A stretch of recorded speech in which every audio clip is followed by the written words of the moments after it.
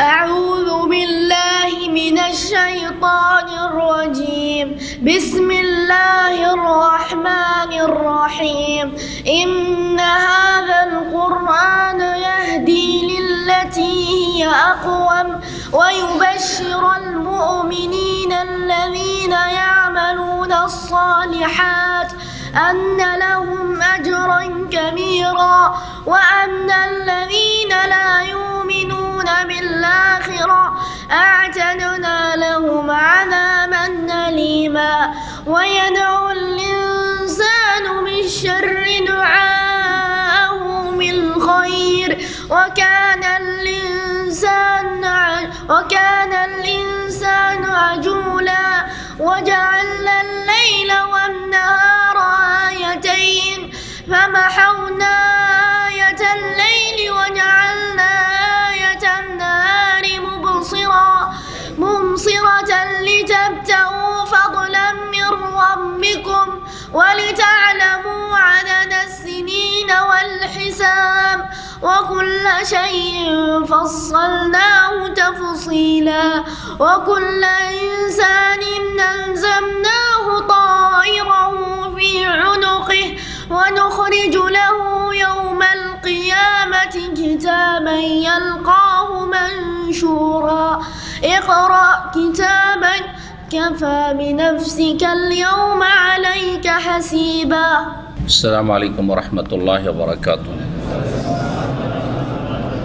إن الحمد لله نحمده ونستعينه ونستغفره ونعوذ بالله من شرور أنفسنا ومن سيئات أعمالنا من يهده الله فلا مضل له ومن يضلل فلا هادي له وأشهد أن لا إله إلا الله وحده لا شريك له وأشهد أن محمدا عبده ورسوله صلى الله تعالى عليه وعلى آله وصحبه وسلم تسليما كثيرا.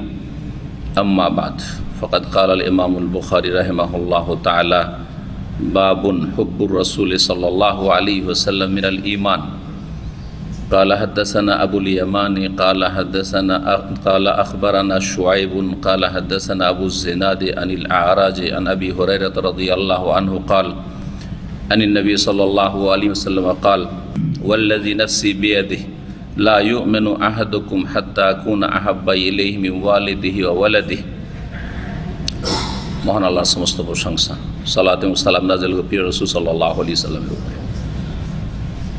আমাদের ধারাবাহিক আলোচনা সহিহুল বুখারীর প্রতি জুমাবারে চলে আসছে এই বছর 1441 হিজরিতে। পর্ব হচ্ছে কিতাবুল ঈমান, ঈমানের পর্ব। এই ঈমানের পর্বের আজকে হচ্ছে পঞ্চম পাঠ বা পঞ্চম দার্স। বাব নম্বর হচ্ছে 8, হাদিস নম্বর 14।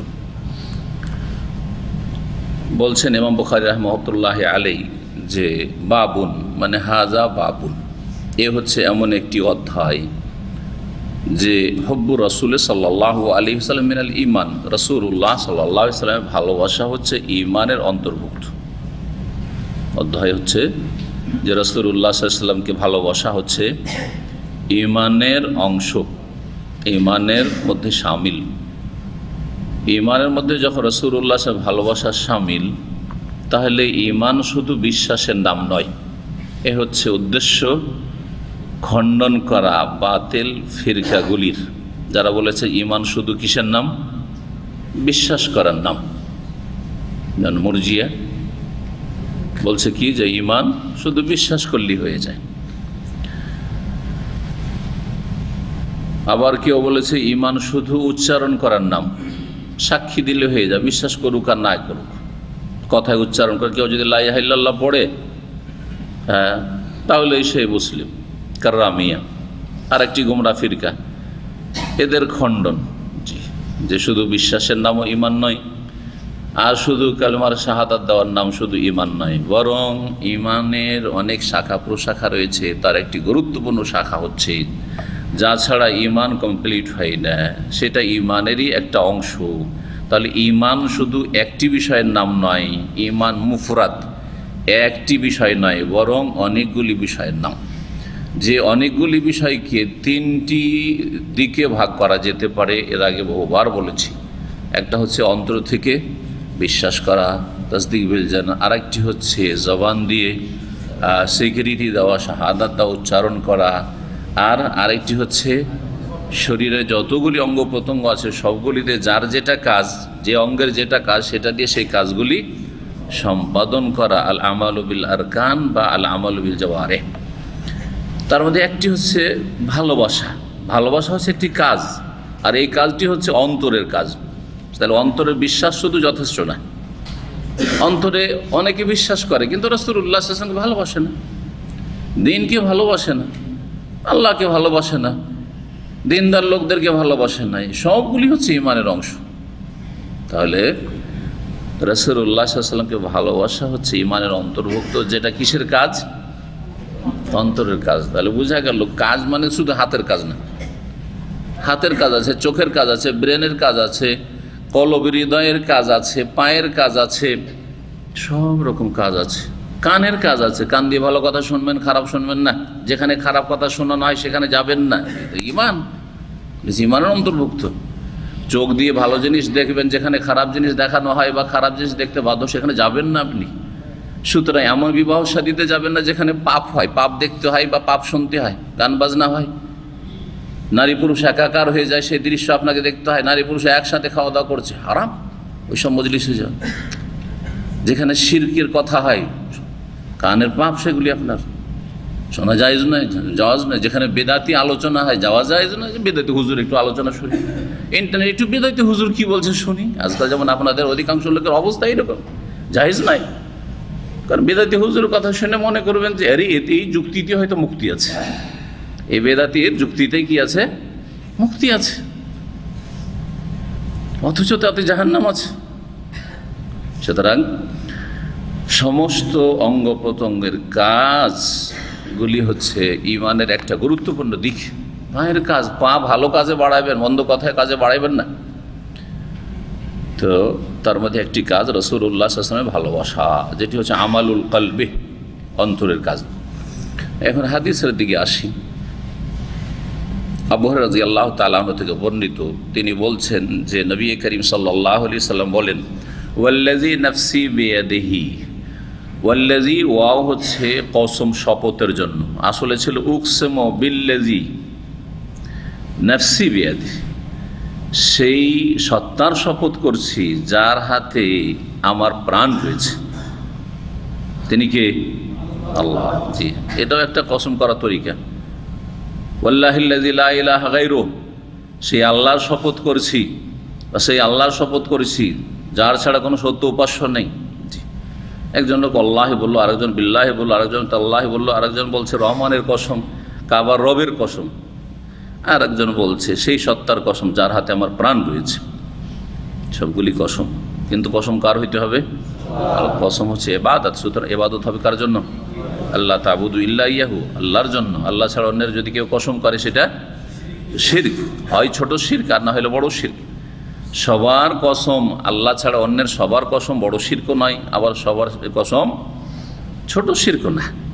কেউ যদি আব্দুল কাদের জিলানির কসম করে তাহলে কি বলবো? এটা ছোট শিরক? অবশ্যই বড় শিরক। কিন্তু খাজা বাবার কসম করে কি বলবো? সেই মৃতকে অসাধারণ কিছু মনে করছে, তো বড় শিরকে আকবার। হ্যাঁ, কেউ যদি বাপের কসম বলে, মায়ের কসম বলে, তো কি বলবো? তাকে জিজ্ঞেস করবো তোমার এই কসমের উদ্দেশ্য কি? বলছে মা একটু শ্রদ্ধা ভাজন, হ্যাঁ বাপ বড় আমার মুরব্বী, সেজন্য তার কসম করেছি, কিন্তু আল্লাহর কোনো গুণ বাপকে মাকে দিই না। তাহলে বলবো যে এটা শিরকে আসগার, কবিরা গুনাহ, কিন্তু ছোট শিরক, ইসলাম থেকে খারিজ হবে না। কিন্তু যদি বলে বাপ মাই আমার সব কিছু, হ্যাঁ বাপ মা না হইলে আমি সৃষ্টি হইতাম না, তাহলে সে বড় শিরক করলাম, সেই জন্য আমি কসম করছি, তাহলে বড় শিরক করলাম। তাহলে গায়রুল্লাহর কসমগুলিকে এভাবে বুঝতে হবে, কখনো কখনো সেটা ছোট শিরক, কখনো বড় শিরক। সে আল্লাহর শপথ যার হাতে আমার প্রাণ রয়েছে। লা ইউমিনু আহাদুকুম, মানুষ কসম করে কি জন্য? কি জন্য কসম করে মানুষ? এমনি এমনি? কিসের জন্য? যেই কথাটি বলতে চাইছে সেটার গুরুত্ব দেখানোর জন্য, সেটাকে শক্ত করে প্রকট করে বর্ণনা করার জন্য। লা ইউমিনু আহাদুকুম, এই কথা বলতে চাইছেন রাসূলুল্লাহ সাল্লাল্লাহু আলাইহি ওয়াসাল্লাম, তোমাদের কোনো ব্যক্তি সত্যিকার মুমিন হতে পারবে না, প্রকৃত অর্থে মুমিন হতে পারবে না কতক্ষণ পর্যন্ত, হাত্তা আকুনা আহাব্বা ইলাইহি, যতক্ষণ আমি তার কাছে অধিক প্রিয় না হয়ে যাব। আহাব্বা ইসম তাফজিল, যতক্ষণ পর্যন্ত আমি অধিক প্রিয় না হয়ে যাব। কার চাইতে? দুনিয়ার মধ্যে মানুষ সবচাইতে বেশি বাপ মাকে ভালোবাসে, সবচাইতে বেশি ছেলে মেয়েকে ভালোবাসে। স্ত্রীর ভালোবাসা একদিন শত্রুতায় পরিণত হইতে পারে, কিন্তু বাপ মা যতই খারাপ করুক না কেন, কাফের মুশরিক হোক না কেন, তবু একটা প্রাকৃতিক ভালোবাসা, এই ভালোবাসা বলতে পারবেন না, মানুষ হিসাবে বলতে পারবেন না। এই জন্য অমুসলিমও বাপ মাকে ভালোবাসে, ও অমুসলিমও ছেলে মেয়েকে ভালোবাসে, না আল্লাহ, না পরকাল, না নেকির আশা, না গুনার ভয়, না জাহান্নামের ভয়, কিন্তু ভালোবাসে। জি, এই ভালোবাসা হচ্ছে ভালোবাসা, তবে এই প্রাকৃতিক ভালোবাসা। এই প্রাকৃতিক ভালোবাসার চাইতে বেশি ভালোবাসা হইতে হবে কার? মুহাম্মদ রাসূলুল্লাহ সাল্লাল্লাহু আলাইহি ওয়াসাল্লামের, যেটি হচ্ছে দ্বীনি ভালোবাসা। কিন্তু সেই দুনিয়ার যত প্রাকৃতিক ভালোবাসা আছে, যে ভালোবাসা ছাড়া উপায় নেই মানুষের, ও ভালোবাসা অনিচ্ছাকৃত ভালোবাসা হয়। ইচ্ছা করে বাপ মাকে ভালোবাসা লাগে না, ইচ্ছা করে ছেলে মেয়েকে ভালোবাসা লাগে না, হ্যাঁ, ইচ্ছা করে আপনার বাড়ি ঘর টাকা পয়সাকে ভালোবাসা লাগে না, আপনার টাকা পয়সা মালধন জমি জায়গা আপনি এমনি ভালোবাসেন, আমার এটা প্রাকৃতিক ভালোবাসা। তার চাইতে বেশি দুনিয়ার যা কিছু, এখানে বাপ মা বলার উদ্দেশ্য এই না যে বাপ মা ছাড়া বাকি দুনিয়ার জগতের যা কিছু আছে ওগুলো যদি রাসূলুল্লাহর চাইতে বেশি ভালোবাসার পাত্র হয়ে যায় বা ভালোবাসার বস্তু হয়ে যায়, তাহলে অসুবিধা নাই নাকি? একটা লোক বাপ মা ছেলে মেয়ের চাইতে বেশি রাসূলুল্লাহকে ভালোবাসে, কিন্তু পয়সার ভালোবাসাটা, ও পয়সা এক নম্বরে পয়সা, তারপরে রসুলের সুন্নাত, বুঝবেন মুমিন নাকি? তাহলে এই দুটো কথা বলে দেওয়া হয়েছে, দুনিয়ার সমস্ত কিছুর দিকে ইঙ্গিত করে দেওয়া হয়েছে যে বাপ মায়ের ভালোবাসার চাইতে বেশি মানুষ বাপ মা ছেলে মেয়ের চাইতে বেশি কাউকে ভালোবাসতে পারে না। সমস্ত পয়সা দেখেন, বাপের চিকিৎসার জন্য, মায়ের চিকিৎসার জন্য, ছেলে মেয়ের চিকিৎসার জন্য, স্ত্রীর চিকিৎসার জন্য যা জীবনে ইনকাম করে সব কিছু লুটিয়ে দিচ্ছেন, বাঁচাও কোনো রকম করে, করছেন না? তাহলে বোঝা গেল পয়সার চাইতে বেশি ভালোবাসা বাপ মা স্ত্রী ছেলে মেয়ে এদের। তাহলে ওদের চাইতে বেশি রাসূলুল্লাহ সাল্লাল্লাহু আলাইহি ওয়াসাল্লামকে যদি ভালোবাসতে হয়, এটা ফরজ, প্রত্যেক মুসলিমের জন্য ফরজ। সবচাইতে বেশি ভালোবাসবে কাকে? রব্বুল আলামিনকে, আল্লাহকে, রবকে। কারণ রাসূলুল্লাহ সাল্লাল্লাহু আলাইহি ওয়াসাল্লাম ভালোবাসা কিসের জন্য? আল্লাহর জন্য, আল্লাহর জন্য ভালোবাসা। যদি আল্লাহ রব্বুল আলামিনের সাথে আমাদের সম্পৃক্ততা বা আল্লাহ সম্পর্কে আমাদের জ্ঞান না থাকতো, তো রাসূলের ভালোবাসাই জানতাম না আমরা। যে সবচেয়ে বেশি ভালোবাসতে হবে কাকে? সৃষ্টিকর্তা রব্বুল আলামিনকে। আর তারপরে রাসূলুল্লাহ সাল্লাল্লাহু আলাইহি ওয়াসাল্লামকে ভালোবাসতে হবে। আল্লাহর ভালোবাসার বাস্তবায়ন বা বাস্তব প্রমাণ হচ্ছে তার ইবাদত বন্দেগী করা, তার আদেশ নিষেধ মেনে চলা, তার বিধান মেনে চলা নাযিলকৃত। তিনি যা বলতে বলেছেন বলবেন, নিষেধ করেছেন বাস না, করতে বলেছেন করবেন না, না, ইবাদত করে প্রমাণ করা। রাসূলুল্লাহ সাল্লাল্লাহু আলাইহি ওয়াসাল্লামের ভালোবাসার প্রমাণ দেবেন ইত্তেবা, অনুসরণ এবং আনুগত্যের মাধ্যমে। রাসূলুল্লাহ সাল্লাল্লাহু আলাইহি ওয়াসাল্লামের অনুসরণ করেন, ফাত্তাবিউন ইউহিব্বুকুমুল্লাহ। আর কি করবেন? হ্যাঁ, মান ইউতিইর রাসূলা ফাকাদ আতা আল্লাহ। রাসূলকে মানলে বা রাসূল সাল্লাল্লাহু আলাইহি ওয়াসাল্লামের আনুগত্য করলে আল্লাহরই আনুগত্য, আল্লাহকে মানা হয়। রাসূলুল্লাহ সাল্লাল্লাহু আলাইহি ওয়াসাল্লামের কথা শুনবেন আর মানবেন, আসসামু ওয়াত তাআত, শুনতে হবে মানতে হবে। এটা প্রথম, হ্যাঁ, আল্লাহর কথা, আর তারপরে রাসূলুল্লাহ সাল্লাল্লাহু আলাইহি ওয়াসাল্লামের আদর্শ, তারপরে বাপ মায়ের কথা শুনতে হবে মানতে হবে, তারপরে সরকারের কথা শুনতে হবে মানতে হবে। যদি সেই কথাগুলি ওহীর বিধানের সাথে সাংঘর্ষিক না হয়, তাহলে যদি আল্লাহ এবং রাসূলের নাফরমানি করে কারো কথা মানতে হয় বাপ মায়ের, তাহলে তখন মানা যাবে না, তখন সরকারের কথা মানা যাবে। বাকি যতক্ষণ পর্যন্ত বিরোধ সৃষ্টি করছে না, যেসব বিষয়গুলিতে বিরোধ নেই, জায়েজ, অসুবিধা নেই, এগুলো গঠনমূলক বিষয়, এগুলি মানলে জনগণের উপকার রয়েছে, দেশের উপকার রয়েছে, আমার মতো বহু মানুষের বা আমার উপকার রয়েছে, এইসব স্বার্থেই এইসব আইন কানুন তৈরি করা হয়েছে, যেগুলি রাসূলুল্লাহ সাল্লাল্লাহু আলাইহি ওয়াসাল্লামের নিয়ে আসা বিধানের বিরোধী নয়, সেগুলির ক্ষেত্রে আপনাকে শুনতে হবে, মানতে হবে। আসসাম ওয়াত্তা, বহু হাদিস রয়েছে, ভাই আনা রসুল আল্লাহ আলাসামে ওয়াত্তা, আমরা শুনবো আর কি করব, মানবো। তাহলে শুনতে হবে আর মানতে হবে, এটি শরীয়তের একটি গুরুত্বপূর্ণ বিধান। তো বলছিলাম যে রাসূলুল্লাহ সাল্লাল্লাহু আলাইহি ওয়াসাল্লাম ভালোবাসার প্রমাণ দিতে হবে, মৌখিক ভালোবাসা নয়। আর ভালোবাসার প্রমাণ এই নয় যে নবী সাল্লাল্লাহু আলাইহি ওয়াসাল্লামের নাম আসলে একটু চুমু খাওয়া, হ্যাঁ, রাসূলুল্লাহ সাল্লাল্লাহু আলাইহি ওয়াসাল্লাম সম্পর্কে অতিরঞ্জন বাড়াবাড়ি করে, হ্যাঁ, শিরকের গর্তে লিপ্ত হওয়া, বিদআতের গর্তে লিপ্ত হওয়া। রাসূলুল্লাহ ভালোবাসি সেই জন্যই তো রসুলকে আলেমুল গায়ব বলি, হাজির নাজির বলি। তাহলে শিরক করলেন আপনি, অতিরঞ্জন বাড়াবাড়ি। রাসূলুল্লাহ ভালোবাসি সেই জন্য তো বারবার বলেন ঈদে মিলাদুন্নবী আমাদের সবচেয়ে বড় ঈদ। আপনি বেদাত করে আপনি গোমরাহ হয়ে গেলেন, জাহান্নামে চলে আরেক গর্তে পড়লেন। আপনি উঠে এসেছিলেন, মুসলিম হয়েছিলেন, কিন্তু আরেক গর্তে পড়ে আপনি মুসলিম হয়ে যে জান্নাত পাবেন, এই জান্নাতের আশা নিরাশায় পরিণত হয়ে গেল আপনার। তো রাসূলুল্লাহ ভালোবাসার বাস্তব প্রমাণ দিতে হবে, যা নিয়ে এসেছেন তা মেনে নাও, আদেশ করেছেন পালন করা, নিষেধ করেছেন বিরত থাকা। হ্যাঁ, রাসূলুল্লাহ সাল্লাল্লাহু আলাইহি ওয়াসাল্লামের ভালোবাসার এইসব প্রমাণগুলি দিতে হবে, এটি হচ্ছে সবচেয়ে বড় প্রমাণ। রাসূলুল্লাহ সাল্লাল্লাহু ভালোবাসা, সেই জন্য বেশি বেশি তার জন্য দোয়া করেন। তার জন্য দোয়া হচ্ছে দুরুদ ও সালাম, বলেছে দোয়া। দুরুদ ও সালামটা নবীর তরিকায়, একটা হচ্ছে নবীর তরিকা, একটা হচ্ছে মানুষের তরিকা। কোন তরিকা রসুলের ভালোবাসা প্রমাণ করে? নবীর তরিকায় আমি চলবো, এটা হচ্ছে রসুলের ভালোবাসার প্রমাণ। আর বলছে আমাদের মুরব্বীরা এইসব দুরুদগুলি আমাদেরকে তালিম দিয়েছেন, শিখিয়ে দিয়েছেন। আরে তো মুরব্বীদের ভালোবাসা আপনার কাছে বড়, কিন্তু আপনি রাসূলুল্লাহ সাল্লাল্লাহু আলাইহি ওয়াসাল্লামের ছেড়ে যাওয়া সুন্নতি দুরুদগুলি পড়বেন, বেদাতি দুরুদ থেকে বাঁচবেন, বেদাতি জিকির থেকে বাঁচবেন, বেদাতি ওজিফা থেকে বাঁচবেন, এটা হচ্ছে রাসূলুল্লাহ সাল্লাল্লাহু আলাইহি ওয়াসাল্লাম ভালোবাসার প্রমাণ। তো হাত্তা আকুনা আহাব্বা ইলাইহি, যতক্ষণ পর্যন্ত আমি তার কাছে অধিক প্রিয় না হয়ে যাই। আমি ওয়ালিদহি, তার ওয়ালেদের শাব্দিক অর্থ হচ্ছে জন্মদাতা। জন্মদাতা যেমন বাপ, যদিও এখানে মোজাক্কার পুরুষ লিঙ্গ রয়েছে, মানে বাপ শুধু হয়, কিন্তু ওয়ালেদের মধ্যে এখানে ওয়ালেদা, মাও শামিল। হ্যাঁ, ওয়ালেদ বলে এখানে ওয়ালিদাইন, মাতা পিতা দুইজনকে উদ্দেশ্য করা হয়েছে। মাতা পিতার চাইতে ওয়ালাদিহি, এবং তার সন্তান ওয়ালাদ মানে যাকে জন্ম দিয়েছে, সে জন্ম দিয়েছে। ওয়ালাদ ছেলেও হইতে পারে, আবার মেয়েও হইতে পারে। বর্তমান আরবি যে প্রচলিত আরবদের মাতৃভাষা, এখানে ওয়ালাদ মানে ছেলে সন্তান, এটা ভুল তাদের। এটা কি তাদের? ওয়ালাদ ছেলে কো শামিল, মেয়ে কো শামিল। আর ইবন মানে ছেলে সন্তান, আর বিন্তুন মানে কন্যা সন্তান। কথা বোঝা গেছে? হ্যাঁ। তারপরে আরেকটি হাদিস, হাদিস নম্বর 15, এটি আনাস রাদিয়াল্লাহু তাআলা আনহু থেকে বর্ণিত হাদিস। একই একটু বাড়তি ওতে বাক্য রয়েছে। নবী করিম সাল্লাল্লাহু আলাইহি ওয়াসাল্লাম বলেন, কালা রাসূলুল্লাহ সাল্লাল্লাহু আলাইহি ওয়াসাল্লাম, আনাস বলছেন যে রাসূলুল্লাহ সাল্লাল্লাহু আলাইহি ওয়াসাল্লাম বলেছেন, লা ইউমিনু আহাদুকুম, তোমাদের কোনো ব্যক্তি অতক্ষণ খাঁটি মুমিন হবে না।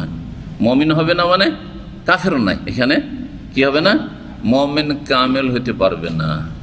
যদি মোটেই ভালোবাসা না থাকে, ঘৃণা থাকে, তাহলে একেবারে মুমিন মুসলিম হইতে পারবে না। আর যদি ভালোবাসা আছে কিন্তু দুনিয়ার ভালোবাসা, রাসূলুল্লাহ সাল্লাল্লাহু আলাইহি ওয়াসাল্লামের এবং রাসূলুল্লাহ সাল্লাল্লাহু আলাইহি ওয়াসাল্লামের আদর্শে, রাসূলুল্লাহ সাল্লাল্লাহু আলাইহি ওয়াসাল্লামের ছেড়ে যাওয়া দ্বীনের এবং রাসূলুল্লাহ সাল্লাল্লাহু আলাইহি ওয়াসাল্লামের ইবাদত বندگির চাইতে বেশি ভালোবাসা প্রাধান্য পেয়ে যাচ্ছে। উদাহরণস্বরূপ, ফজরের আগখানে দুই ভালোবাসার লড়াই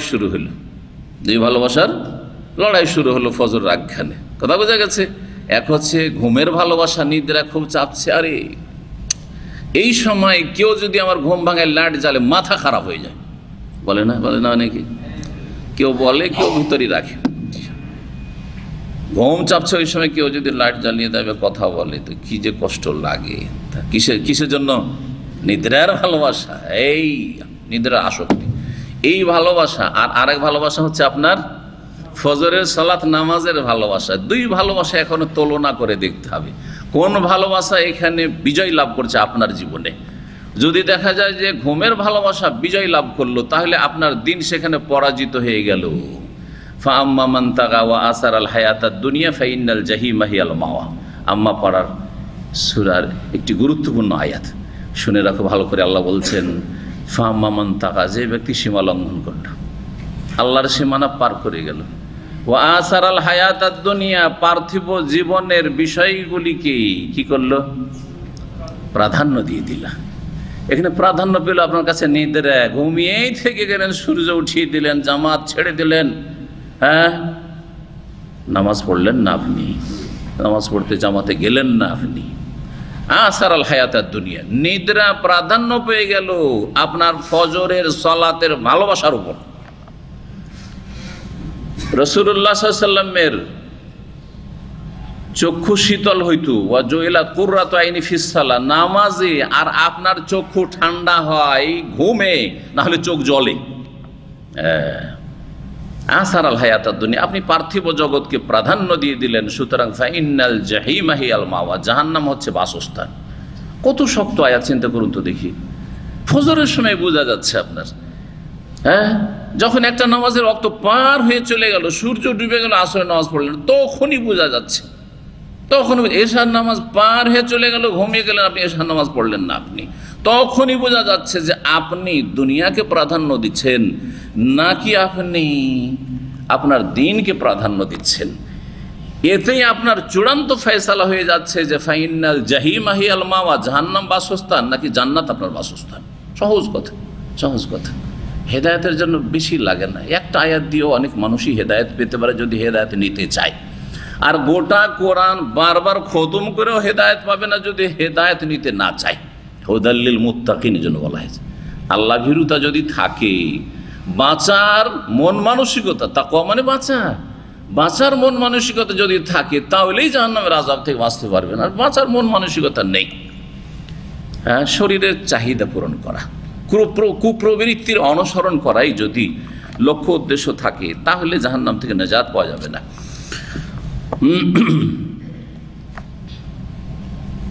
বলছেন রাসূলুল্লাহ সাল্লাল্লাহু আলাইহি ওয়া সাল্লাম, কতক্ষণ তোমাদের কেউ খাঁটি মুমিন হবে না, হাত্তা কুন আহাব্বা ইলাইহি, যতক্ষণ পর্যন্ত আমি তার কাছে সর্বাধিক প্রিয় না হয়ে যাব, মিন ওয়ালিদিহি, তার মাতা পিতার চাইতে, ওয়া ওয়ালাদিহি, তার ছেলে মেয়ের চাইতে, ওয়ান নাসি আজমাইন, আর সমস্ত মানুষের চাইতে। এখানে তাহলে বাড়িয়ে দেওয়া হলো আরেকটা বাক্য কি, ওয়ান নাসি আজমাইন। আজকালকার যুগটা হচ্ছে কিন্তু পয়সার ফিতনার যুগ। আর বিশেষ করে রাসূলুল্লাহ সাল্লাল্লাহু আলাইহি ওয়াসাল্লাম একটি হাদিস রয়েছে, লিকুল্লি উম্মাতিন ফিতনা, প্রত্যেক জাতির জন্য একটা বড় ফিতনা ছিল। ওয়া ফিতনাতু উম্মতি আল মাল, আর আমার উম্মতের ফিতনা হচ্ছে ধন সম্পদের আসক্তি। পয়সার মরিয়া হবে, পয়সার জন্য জান দিয়ে দিবে, পয়সার জন্য জান মেরে দিবে, কারো পয়সার পিছনে খুব ছুটবে। আর বিশেষ করে এই যুগটাতে আত্মীয়তার খাতির আর কি বলছে যেটা আপ্যায়ন, সব কিছুই কিসের গরজে, পয়সার গরজে। যার সাথে পয়সার সম্পর্ক আছে, ব্যবসা বাণিজ্য, তার কাছ থেকে কিছু পাওয়া যাবে, তার খরচ পাওয়া যাবে, তার সাথে বন্ধুত্ব, তার সাথে খাতির। তাকে খাওয়ায়, কাকে খাওয়ায়, যার কাছে খেতে পায়। যে আমি যদি ওকে 10 টাকা খরচ করে খাওয়াই, ও 50 টাকা খরচ করে খাওয়াই, একবার খাওয়াই তো 3 বার খাওয়াই, ওকে খাওয়াবে। গরিবকে আজকাল মানুষ খাওয়াইতে চাই না, অভাবীকে দিতে চাই না। জি, আর পয়সার স্বার্থ ছাড়া নিজের মায়ের পেটের ভাই বোনকেও চেনে না, আর বাপ মাকেও চেনে না, অচেনা করে দেয়। জি, পয়সার স্বার্থ, দুনিয়ার স্বার্থ। জি হ্যাঁ, এই ফিতনার যুগে মনে রাখতে হবে যে কারো কাছে যদি ধনের আসক্তি, ধনের ভালোবাসা, রাসূলুল্লাহ সাল্লাল্লাহু আলাইহি ওয়াসাল্লামের ভালোবাসার কাছাকাছি চলে যায়, তাহলে জানতে হবে যে সে ফিতনায় পড়ে গেছে, সে ফিতনায় পড়ে গেছে। তার ঈমান ভালো নেই, মোটেই নেই, অথবা আছে কিন্তু দুর্বল ঈমান, খোঁড়া ঈমান। এই ঈমান দিয়ে নাজাতের আশা করা যাবে না। 9 নম্বর অধ্যায় ইমাম বুখারী রাহমাতুল্লাহি আলাইহি বলছেন, বাবু হালাওয়াতুল ঈমান। এই অধ্যায় হচ্ছে ঈমানের স্বাদ সম্পর্কে। হালওয়া থেকে, হালওয়া তো বুঝেনি, বাংলাতে হালুয়াই বলেন, আর আরবিতে কি বলে, হালাওয়া বলে, হালাওয়া। জি, হালাওয়াতুন মানে কোনো কিছুর স্বাদ, হ্যাঁ, মিষ্টান্ন যেটাকে বলা হয়, মিষ্টান্ন, মিষ্টি স্বাদ। তো মিষ্টি স্বাদ এটা হচ্ছে অনুভূত জিনিস, যেটা জবান দিয়ে মানুষ জিহ্বা দিয়ে অনুভব করে যে কোনটা মিষ্টি না খাট্টা না টক না কি অনুভব করে। এইখানে রূপক অর্থে, মাজাজি অর্থ, রূপক অর্থে ব্যবহার করা হয়েছে ঈমানের মিষ্টান্নতা বা ঈমানের স্বাদ। ঈমানের স্বাদ, ইমানের স্বাদ আছে, কিন্তু এইটা জিভার স্বাদ না। যে ইমান এমন একটা জিনিস যে জিভাতে দিলে, যেমন চিনি দিলে, রসগোল্লা দিলে মিষ্টি বোঝা যায়, তো ইমান ওইরকম বোঝা যাবে না। আর জিভার স্বাদ না, সেটা হচ্ছে অনুভূত স্বাদ, সেটা অন্য কিছু দিয়ে অনুভব করা যায়, জিভা দিয়ে অনুভব করা যায় না। সেটা হচ্ছে ইমানের স্বাদ, ইমানের মজা, এবাদতের মজা। জি, জকুলে বাধা, এবাদতে কাউকে মজা লাগে, কাউকে ভারী লাগে, কাউকে সিজদা, লম্বা সিজদা করতে ভালো লাগে, কাউকে 1 মিনিট বরদাস্ত হয় না। যদি ইমাম 1 মিনিট দেরি করে দেয়, মুয়াজ্জিন 1 মিনিট একামতে দেরি করছে, ওই দিক ঘড়ি টন টন করে বাজছে যে একামতের টাইম হয়ে গেছে, সমস্ত মসজিদের মুসল্লি গড় গড় করে তাকাচ্ছে একবারে গরম চোখ নিয়ে মুয়াজ্জিনের দিকে, যে কিরে একামত কেন দেয় না, কি এটা? তার মানে এরা মজা পায় না, মসজিদে থাকার মজা পায় না, ইবাদতের মজা পায় না। ইমামের সাথে বাধ্য ছিল, ইমাম যেভাবে, যদিও আজকালকার ইমামরাও তো 3 তসবির বেশি পড়ে না, ইল্লাম রাহিমাল্লাহ।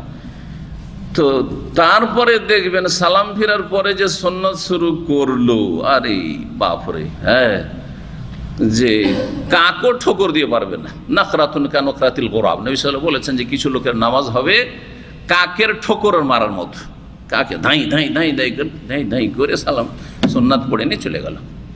সংখ্যায় আবার কম করবেন, আমাদের দেশীয় নামাজ হলে তো সংখ্যায় কম করবেন না, সংখ্যায় জোহরে 8 রাকাতই সুন্নাত, আর কত যে নফল পড়লো, এর সাথে তো 17 রাকাত, কিন্তু 17 রাকাত আর আমার 7 রাকাত, আমার 7 রাকাত পড়েও আমি শেষ করে মসজিদ থেকে বেরোতে পারি না, আর ওর 17 রাকাত শেষ। হচ্ছে কাকের ঠোকর দেওয়া, এই ঠোকর মারা নামাজে কোনো কাজ হবে না। কি বলছিলাম, এরা স্বাদ পায় না। আসলে হচ্ছে ইমানের স্বাদের বিষয় বলছে। ইমানের স্বাদ হচ্ছে যে আমি একজন মুমিন মুসলিম, সুতরাং আমার মনে আমার ইমান ইসলাম নিয়ে বড় একটা শান্তি আছে, মনের শান্তি, মনের তৃপ্তি। জি হ্যাঁ, যে আমি যতই জুলমের শিকার হই আর যতই কমজোর হই, আজকে সারা বিশ্বে মুসলিমরা কত কমজোর আর কত মার খাচ্ছে, কত হতাহত হচ্ছে, আর যেখানে সেখানে ইসলামের জন্য কষ্ট পেতে হচ্ছে, দাড়ির জন্য কষ্ট পেতে হচ্ছে, টাকনার উপরে কাপড় সেজন্য কষ্ট পেতে হচ্ছে, ঢিলা ঢালা কাপড় সেজন্য কষ্ট পেতে হচ্ছে, আর তারপরে কত কথা শুনতে হচ্ছে, বোরখার জন্য কষ্ট পেতে হচ্ছে, জাবের জন্য কষ্ট করতে হচ্ছে, কিন্তু বোরখা পরেও স্বাদ পাচ্ছে একজন দিনদার বোন। জি, এটা হচ্ছে ইমানের স্বাদ, ইমানের মজা। জি, কষ্ট পেয়ে মজা লাগছে। এমনকি ইমানের কারণে যদি মার খেতে হয় কাফেরের কাছে বা জালেমের কাছে, তবু মজা লাগছে। যেমন বেলালকে মজা লাগছিল, আম্মারকে মজা লাগছিল, সুমাইয়াকে মজা লাগছিল, আর তারপরে সুহাইবকে মজা লাগছিল। হ্যাঁ, আহাদ সই করছিলেন, যতই মারো না কেন আমাকে আরো ভালো লাগছে। এটা হচ্ছে ইমানের স্বাদ, ইমানের স্বাদ। এটা হচ্ছে হালাওয়াতুল ইমান এক হাদিসে। আর এক হাদিসে রয়েছে যাকাত আমাল ইমান, ইমানের স্বাদ মজা ওই ব্যক্তি পেয়ে গেল, মান রাজিয়া বিল্লাহি রব্বান ওয়া বিল ইসলামে দীনান ওয়া মুহাম্মদ সাল্লাল্লাহু আলাইহি ওয়াসাল্লাম নবিয়ান। ওই ব্যক্তি ইমানের স্বাদ পাবে যে আল্লাহকে রব হিসাবে পেয়ে সন্তুষ্ট হয়ে গেছে। আল্লাহ সবচেয়ে বড় নিয়ামত যে আমি রব, তোমাকে চিনতে পেরেছি, তোমার সাথে আমার পরিচিতি হয়েছে, তোমার সাথে আমার যোগাযোগ আছে, ব্যাস স্বাদ। এর চেয়ে বড় মজার জিনিস আর কিছু নেই। মান রাজিয়া বিল্লাহি রব্বান, আর এতে সন্তুষ্ট আমি না খেয়ে থাকলে সন্তুষ্ট। আল্লাহ, আমি অসুস্থ থাকলেও তোমার উপর সন্তুষ্ট, নারাজ না যে তুমি আমাকে অসুখ রেখেছো, বালা মুসিবতে রেখেছো, সন্তুষ্ট যে তোমাকে চিনতে পেরেছি। বহু মানুষ চিনতে পারেনি তোমাকে, বহু মানুষ তোমার সাথে দুশ্মনী রাখে, তোমার দিনের সাথে দুশ্মনী রাখে, আলহামদুলিল্লাহ তোমাকে আমি ভালোবাসি। জি, এটা হচ্ছে ইমানের স্বাদ, যাকাত আমাল ইমান, মান রাদিয়া বিল্লাহি রাব্বা ওয়া বিল ইসলামে দীনান। ইসলামকে জীবন বিধান হিসেবে পেয়ে জি সে রাজি হয়ে গেছে, আল্লাহ আমাকে মুসলিম করেছেন, আলহামদুলিল্লাহ, আল্লাহ আমাকে ইমান ইসলাম দিয়েছেন, আলহামদুলিল্লাহ, আমাকে নামাজ দিয়েছেন, আমাকে যাকাত দিয়েছেন, আমাকে হজের তরিকা দিয়েছেন, ওমরা দিয়েছেন, কাবা ঘরের জিয়ারতের তৌফিক দিয়েছেন, আলহামদুলিল্লাহ, আলহামদুলিল্লাহ, আমাকে সেজদা করার তৌফিক দিয়েছেন, আমাকে কাফের ঘরে পয়দা করেননি, আমি জন্মসূত্রে আমার দিন ইসলামটাই পেয়েছি, আমি হিন্দুর ঘরে খ্রিস্টানের ঘরে পয়দা হইনি। এতে খুব সন্তুষ্ট সেই ব্যক্তি কি পাবে? ইমানের মজা, তাম, ইমানের স্বাদ পাবে। ওবে মুহাম্মাদিন সাল্লাল্লাহু আলাইহি ওয়াসাল্লাম, আর মুহাম্মদ সাল্লাল্লাহু আলাইহি ওয়াসাল্লামকে নবী হিসেবে, শেষ নবীর যে উম্মত হইতে পেরেছে, এতে যদি সে সন্তুষ্ট হয়ে যায় যে এর চেয়ে বড় নিয়ামত আর কিছু পাইনি আমি। এই তিনটি নিয়ামত আমার ওপর সবচেয়ে বড় নিয়ামত। রবের সাথে আমার সম্পর্ক, দিনের সাথে আমার সম্পর্ক, আর রসুলের সাথে আমার সম্পর্ক। এই তিনটি প্রশ্ন তো আমার মতের পরে করা হবে। মান রাব্বুকা, মা দীনুকা, মান নাবিয়ুকা, তিনটি প্রশ্ন আমাকে করা হবে। তিনটি প্রশ্ন আমি উত্তর দিতে পারবো, কারণ এই তিনটাতে আমি মজা পেয়েছি, তিনটাতে আমি দুনিয়াতে খুব মজা পেয়েছি। সেজন্য আমার জন্য কবরের জবাব দেওয়া কোনো ব্যাপার না, সহজেই জবাব দেওয়া। কিন্তু যেই ব্যক্তি এই তিনটি বৈশিষ্ট্য রাখে না, রবের উপর সন্তুষ্ট হইতে পারে, রবের সাথে তার সম্পর্ক দুর্বল, দিনের সাথে সম্পর্ক দুর্বল, রসুলের সাথে সম্পর্ক দুর্বল, শিরক বিদআতে জড়িয়ে আছে, বেদিন বেনামাজি আধা নামাজি হয়ে আছে, হারামে ডুবে থাকছে, দিনের কথায় কোনো পরোয়া নেই, দুনিয়া নিয়ে মেতে আছে, সেই ব্যক্তি কবরের জীবনে ফেসে যাবে। সেই ব্যক্তি হাসরের মাঠে ফাঁসবে, বাকি লোকেরা ফাঁসবে না। সহজ দিন খুব। ওই হাদিসটিকে এই হাদিসের সাথে লাগিয়ে যদি ব্যাখ্যা করা যায় তাহলে বিষয়টি কমপ্লিট হবে বা পারফেক্ট হবে। জি হ্যাঁ, বলছেন এখন হাদিসে আসি।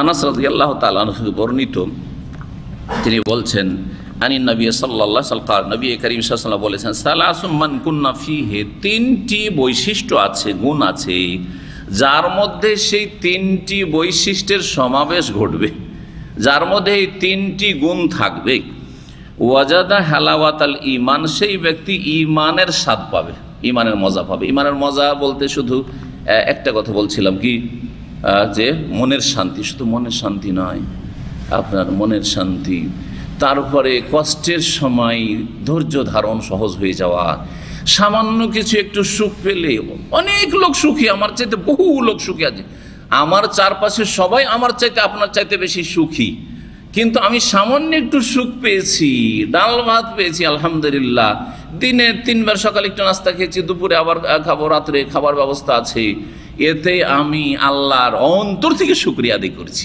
এই যে মজা, এই মজাটা কারা পাবে? যাদের মধ্যে এই তিনটি গুণ থাকবে, যা এই হাদিসে বর্ণিত হয়েছে। অত্যন্ত গুরুত্বপূর্ণ তিনটি বিষয় আমরা যেন ভালো করে বুঝে নিজের মধ্যে নিয়ে আসতে পারি। বলছেন রাসূলুল্লাহ সাল্লাল্লাহু আলাইহি ওয়াসাল্লাম, প্রথম বিষয় হচ্ছে আইয়াকুন আল্লাহু ওয়া রাসূলুহু আহাব্বা ইলাইহি মিম্মা সিওয়াহুমা। প্রথম গুণ হচ্ছে তার কাছে আল্লাহ এবং তার রাসূল সাল্লাল্লাহু আলাইহি ওয়াসাল্লাম, আল্লাহ এবং রসুল বাদ দিয়ে পৃথিবীতে যে কেউ আছে আর যা কিছু আছে তার চাইতে বেশি যেন আল্লাহ এবং তার রসুল সাল্লাল্লাহু আলাইহি ওয়াসাল্লাম কি হয়ে যায়? আহাব্বা, অধিক প্রিয় হয়ে যায়। আল্লাহ এবং রসুলকে বাদ দিয়ে পৃথিবীতে যে কেউ আছে আর যা কিছু আছে, যে কেউ বলতে শুধু মানুষ, জিন আর মালায়েকা, তাই না? এজন্য যা কিছু, এখানে মিম্মান বলেননি, হাদিসে কি বলেছেন রাসূলুল্লাহ সাল্লাল্লাহু আলাইহি ওয়াসাল্লাম? মিম্মা সিওয়াহুমা, আল্লাহ এবং তার রাসূল সাল্লাল্লাহু আলাইহি ওয়াসাল্লাম পৃথিবীতে যা কিছু আছে, ধন সম্পদ হইতে পারে, নেতৃত্ব ক্ষমতা হইতে পারে, হ্যাঁ, ভালো একটা চাকরি হতে পারে, বড় ব্যবসা বাণিজ্য হইতে পারে, ভাড়া একটা বিশাল একটা ভিলা বানিয়েছেন তা হইতে পারে, দুনিয়ার যা কিছু হোক না কেন, কোনো ব্যক্তি হইতে পারে, কোনো আপনার স্ত্রীর জন্য এত পাগলের পাগল যে 1 মিনিট থাকতে পারেন না, অনেকে এরকম পাগল আছে। হ্যাঁ, আবার মহিলাও তার স্বামীর জন্য এমন পাগল যে 1 মিনিট বাইরে থাকলেও ছটপট শুরু হয়ে যায়, যতই হয়, এ সমস্তর চাইতে বেশি, সমস্ত কিছুর চাইতে, স্ত্রীর চাইতে, স্বামীর চাইতে, দুনিয়ার চাইতে, ছেলেমেয়ের চাইতে, সবার চাইতে, সব কিছুর চাইতে বেশি প্রিয় হয়ে যাবে কে? আইয়াকুন আল্লাহু ওয়া রাসূলু, এখানে আল্লাহ এবং তার রাসূল কথা বলা হয়েছে। আগের হাদিসে শুধু রাসূলুল্লাহর কথা ছিল, তাই না? এই জন্য বলছি সবচেয়ে বেশি কাকে ভালোবাসতে হবে? আগে আল্লাহর নাম এখানে আসছে, আল্লাহ। আর আল্লাহর ভালোবাসার প্রমাণ দিবেন ইবাদত দিয়ে। যদি রাসূলুল্লাহ সাল্লাল্লাহু আলাইহি ওয়াসাল্লামের ভালোবাসার প্রমাণ ইবাদত দিয়ে দেন, তাহলে কি হয়ে যাবে? মুশরিক হয়ে যাবেন আপনি। বলছে আমি রসুলকে এত ভালোবাসি, এত ভালোবাসি যে আমি রাসূলুল্লাহ সাল্লাল্লাহু আলাইহি ওয়াসাল্লামকে পেলে সিজদা করে দিতাম, তাহলে কি সে মুশরিক হয়ে যাবে? সে না, এত ভালোবাসা চলবে না। কথা বোঝা গেছে না? আপনি আম্মাকে খুব ভালোবাসেন, সবার চেয়ে বেশি ভালোবাসেন, এমনকি আমি স্ত্রী ছেড়ে দিতে পারি কিন্তু মাকে ছাড়বো না, কিন্তু স্ত্রীর মতো করে কি মাকে ভালোবাসা যাবে? আউযুবিল্লাহ, তাই না? ঠিক ওই রকমই জানতে হবে। রাসূলুল্লাহ সাল্লাল্লাহু আলাইহি ওয়াসাল্লামকে খুব ভালোবাসেন, ফরজ, কিন্তু তার ভালোবাসার ধরনটা ভিন্ন। যেমন মায়ের ভালোবাসার ধরন ভিন্ন, কচি কাচার ভালোবাসা। একটা কচি কাচা আপনার যখন ছোট মেয়েটা ছিল 10 বছরের নিচে, 5 বছর 4 বছর, কত আদর করে, কত যে চুমু দিয়েছেন, আদর করেছেন, ভালোবাসার ধরনটা আলাদা ছিল। ওই মেয়েটা যেমনই সাবালিকা হয়েছে, 12-14 বছর হয়ে গেছে, ভালোবাসার ধরনটা একেবারে পাল্টে গেছে, একেবারে পাল্টে গেছে। আর কোলে নিতে পারছেন না। হ্যাঁ জি, হ্যাঁ জি। তাহলে বুঝতে হবে আপনাকে, একাকার করে দিলে হবে না। বিদাতিরা কি করেছে, মাজারপন্থীরা বা বিদাতপন্থী সুফিরা একাকার করে দিয়েছে। আল্লাহ, রাসূল, ওলি, আউলিয়া সব সমান করে দিয়েছে। যা আল্লাহর কাছে চাইতে হবে গোস কুতুব থেকে চাওয়া শুরু করেছে। আর যদি ওলি, আউলিয়া, জিলানি, চিস্তি থেকে যদি এত পাওয়ার আশা রাখে শিরকি আকীদা, তো নবীর কাছে কেন পাওয়া যাবে না? তো নবী সাল্লাল্লাহু আলাইহি ওয়াসাল্লামের কবর মোবারকের কাছে এসে তখন রুটি চাওয়া শুরু করে দিয়েছে, রুটি চেয়ে শুয়ে গেল। আছে না তাবলীগের নিসাবে এই কিতাব, এই শিরকি কথা। জি হ্যাঁ, একাকার করে দিয়েছে। বুঝেনি যে আল্লাহর ভালোবাসা আলাদা, রসুলের ভালোবাসা আলাদা। আরে রসুলের কাছে রুটি চাওয়া যাবে না। মদিনায় এসছেন, না খেয়ে আছে, আল্লাহর কাছে রুটি চাইব? হ্যাঁ, আল্লাহ তুমি খাওয়ার ব্যবস্থা করো। জি হ্যাঁ, মুসা আলাইহিস সালাম 7 দিন হেঁটে হেঁটে হেঁটে হেঁটে জালেম কাফের ফিরআউনের ভয়ে মাদিয়ানে পৌঁছেছেন। জি, তারপরে কার কাছে চেয়েছিলেন? কার কাছে? রবের কাছে চেয়ে, ইন্নী লিমা আনজালতা ইলাই মিন খাইরিন ফাকির। আল্লাহ, যা দুনিয়াতে তুমি রুজি নাজেল করেছো, খায়ের রুজি, আমি আজকে তার ফকির, মোহতাজ হয়েছি, মুখাপেক্ষী হয়েছি। রুজির তুমি ব্যবস্থা করো। ছোট্ট একটি দোয়া করে সাথে সাথে খাওয়ার ব্যবস্থা হইলো, থাকার ব্যবস্থা হইলো, সাবালক মানুষ, স্ত্রীর ব্যবস্থা হইলো, সব হয়ে গেল একটি দোয়াতে। ইখলাস ছিল সেই জন্য। আর আমার রাত দিন দোয়া করেও কবুল হয় না, ইখলাসে অভাব আছে, না হয় রুজিতে হারামের মিক্সচার আছে, সেই জন্য দোয়া কবুল হবে না আপনার। আপনার রোগ আপনাকেই সারাইতে হবে, তাহলে ওইভাবেই দোয়া কবুল হবে যেমন আম্বিয়া রাসূলগণ হয়েছে। বলছেন রাসূলুল্লাহ সাল্লাল্লাহু আলাইহি ওয়াসাল্লাম, তাহলে একটা গুণ কি হলো? হুব্বুল্লাহ। সংক্ষেপে এখন আল্লাহকে এবং রসুলকে সবচেয়ে বেশি, হুব্বুল্লাহ ওয়া রাসূলি, আল্লাহ এবং রসুলের ভালোবাসা 1 নম্বর, 2 নম্বর, 1 নম্বরে থাকতে হবে। জি হ্যাঁ। 2 নম্বর, ওয়া ইউহিব্বাল মারআ লা ইউহিব্বুহু ইল্লা লিল্লাহ। দ্বিতীয় বৈশিষ্ট্য হচ্ছে মানুষের ঈমানের স্বাদ পাওয়ার জন্য, যে মানুষ যেন কোনো মানুষকে ভালোবাসে কিসের জন্য? লা ইউহিব্বুহু, যদি ভালোবাসে, ইল্লা লিল্লাহ, আল্লাহর জন্য ভালোবাসে। কার জন্য ভালোবাসে? আপনাদেরকে যদি ভালোবাসি আমি আল্লাহর জন্য, এটা হচ্ছে আমার ঈমানের স্বাদ পাওয়ার বৈশিষ্ট্য, তাহলে ঈমানের মজা পাবো। আর যদি আপনাদের ভালোবাসায় আমার দুনিয়ার স্বার্থ জড়িত থাকে, যেহেতু আমার দলের লোক, সেই জন্য আমার দল করেন না, সুতরাং এরা আমার বিরোধী শত্রু, তাহলে ঈমানের স্বাদ কখনো পাবেন না, ঈমানের স্বাদ পাবেন না। বলা বারা বন্ধুত্ব শত্রুতার মাপকাঠি যদি দুনিয়ার অন্য কোনো গরজ হয়ে যায়, সেটা দলীয় গরজ হোক আর মজহাবি গরজ হোক, জি হ্যাঁ, আমাকে যদি আমি এই বিভিন্ন দলগুলির ভুলগুলি না ধরতাম, হ্যাঁ, তাবলীগ জামাত আর জামাত ইসলামের এই ভুলগুলি না ধরতাম, তা তারা খুব বেশি ভালোবাসত। খালি পজিটিভ পজিটিভ, করো করো করো করো, করিও না বলতাম, যদি না বলতাম, হ্যাঁ, যদি না বলতাম এইটা করে চলবে না, এইটা আকিদা চলবে, এটা ভ্রান্ত আকিদা, তাহলে ওরা অনেক বেশি ভালোবাসত। আজকে থেকে 21 বছর আগে তারা আমার খুব কাছাকাছি এসেছে আর খুব চেষ্টা করেছে যে তাদের দলে সামিল করা যায়। আমি যদি দুনিয়ার গরজ করতাম, ওদের কাছ থেকে অনেক দুনিয়া পাওয়া যেত, কারণ ওদের মেজরিটি ছিল, তাদের শক্তি ভালো ছিল, আর অনেক প্রলোভনও ছিল তাদের পক্ষ থেকে। কিন্তু আলহামদুলিল্লাহ আল্লাহ সব ফিতরা থেকে বাঁচিয়েছেন। সুতরাং ভালোবাসা কিসের জন্য হইতে হবে? তৌহিদের ভিত্তিতে, সুন্নাহর ভিত্তিতে, সহি আকীদার ভিত্তিতে, সহি মানহাজ, সহি মতাদর্শের ভিত্তিতে। মানহাজে বিভ্রান্তি রয়েছে, আকীদায় বিভ্রান্তি রয়েছে। শিয়া রাফেজি যারা সাহাবায়ে কেরামদের দুশমন, তাদের সাথে ঐক্যের ডাক দিচ্ছে। আমরা আহলে হাদিস, হানাফি, শাফি, মালিকি, হাম্বলি, দেওবন্দি, জামাতি, তবলিগি, শিয়া সবকে নিয়ে ঐক্য গড়ব। আউযু বিল্লাহ। কি পড়েছেন? ঘাস খেয়ে পড়েছেন আপনি, হ্যাঁ, ঘাস খেয়ে লেখাপড়া করেছেন আপনি, যে আপনার শিরক কুফর সব কিছুর চাইতে সাথে ঐক্য হবে। সাহাবায়ে কেরামদের সাথে শিয়াদের যে দুশ্মনী রয়েছে, এই দুশ্মনী তো হিন্দুদেরও নাই রে বাবা, ইহুদি খ্রিস্টানদের এই দুশ্মনী নেই। কোনো কিতাব ইহুদি খ্রিস্টানদের পাবেন না যে সবচাইতে নিকৃষ্ট জাতি হচ্ছে মুহাম্মদ সাল্লাল্লাহু আলাইহি ওয়াসাল্লামের সাথী সঙ্গীরা। হিন্দুদের কিতাবও পাবেন না আপনি মহাভারত পুরাণে, আর আপনি আপনার তাওরাত ইনজিলও পাবেন না, তাদের বিকৃত তাওরাত ইনজিলে এসব পাবেন না আপনি। কিন্তু আপনি রাফেজি শিয়াদের ইরানিদের কিতাবে পড়ে দেখেন। জি হ্যাঁ, শাইখুল ইবনে তাইমিয়া রাহিমাহুল্লাহ বলছেন যে ইহুদিদেরকে জিজ্ঞাসা করা হয়েছিল যে সবচাইতে ভালো মানুষ কারা, তখন তারা বলেছে আসহাব মুসা, মুসার সাথী সঙ্গী সহচরগণ সবচাইতে ভালো মানুষ মুসার পরে। খ্রিস্টানদেরকে জিজ্ঞাসা করা হলো মান খাইরুকুম, তোমাদের মধ্যে সবচাইতে শ্রেষ্ঠ কারা, সবচাইতে ভালো কারা? বলেছে হাওয়ারি ও ঈসা, ঈসা আলাইহিস সালাম হাওয়ারি সহচরগণ। তারপরে তখন এটা হলো ইহুদি খ্রিস্টানদের প্রশ্ন, তাই না? ইহুদিদেরকে জিজ্ঞাসা করে উত্তর বুঝলেন, খ্রিস্টানদের জিজ্ঞাসা করে উত্তর বুঝলেন।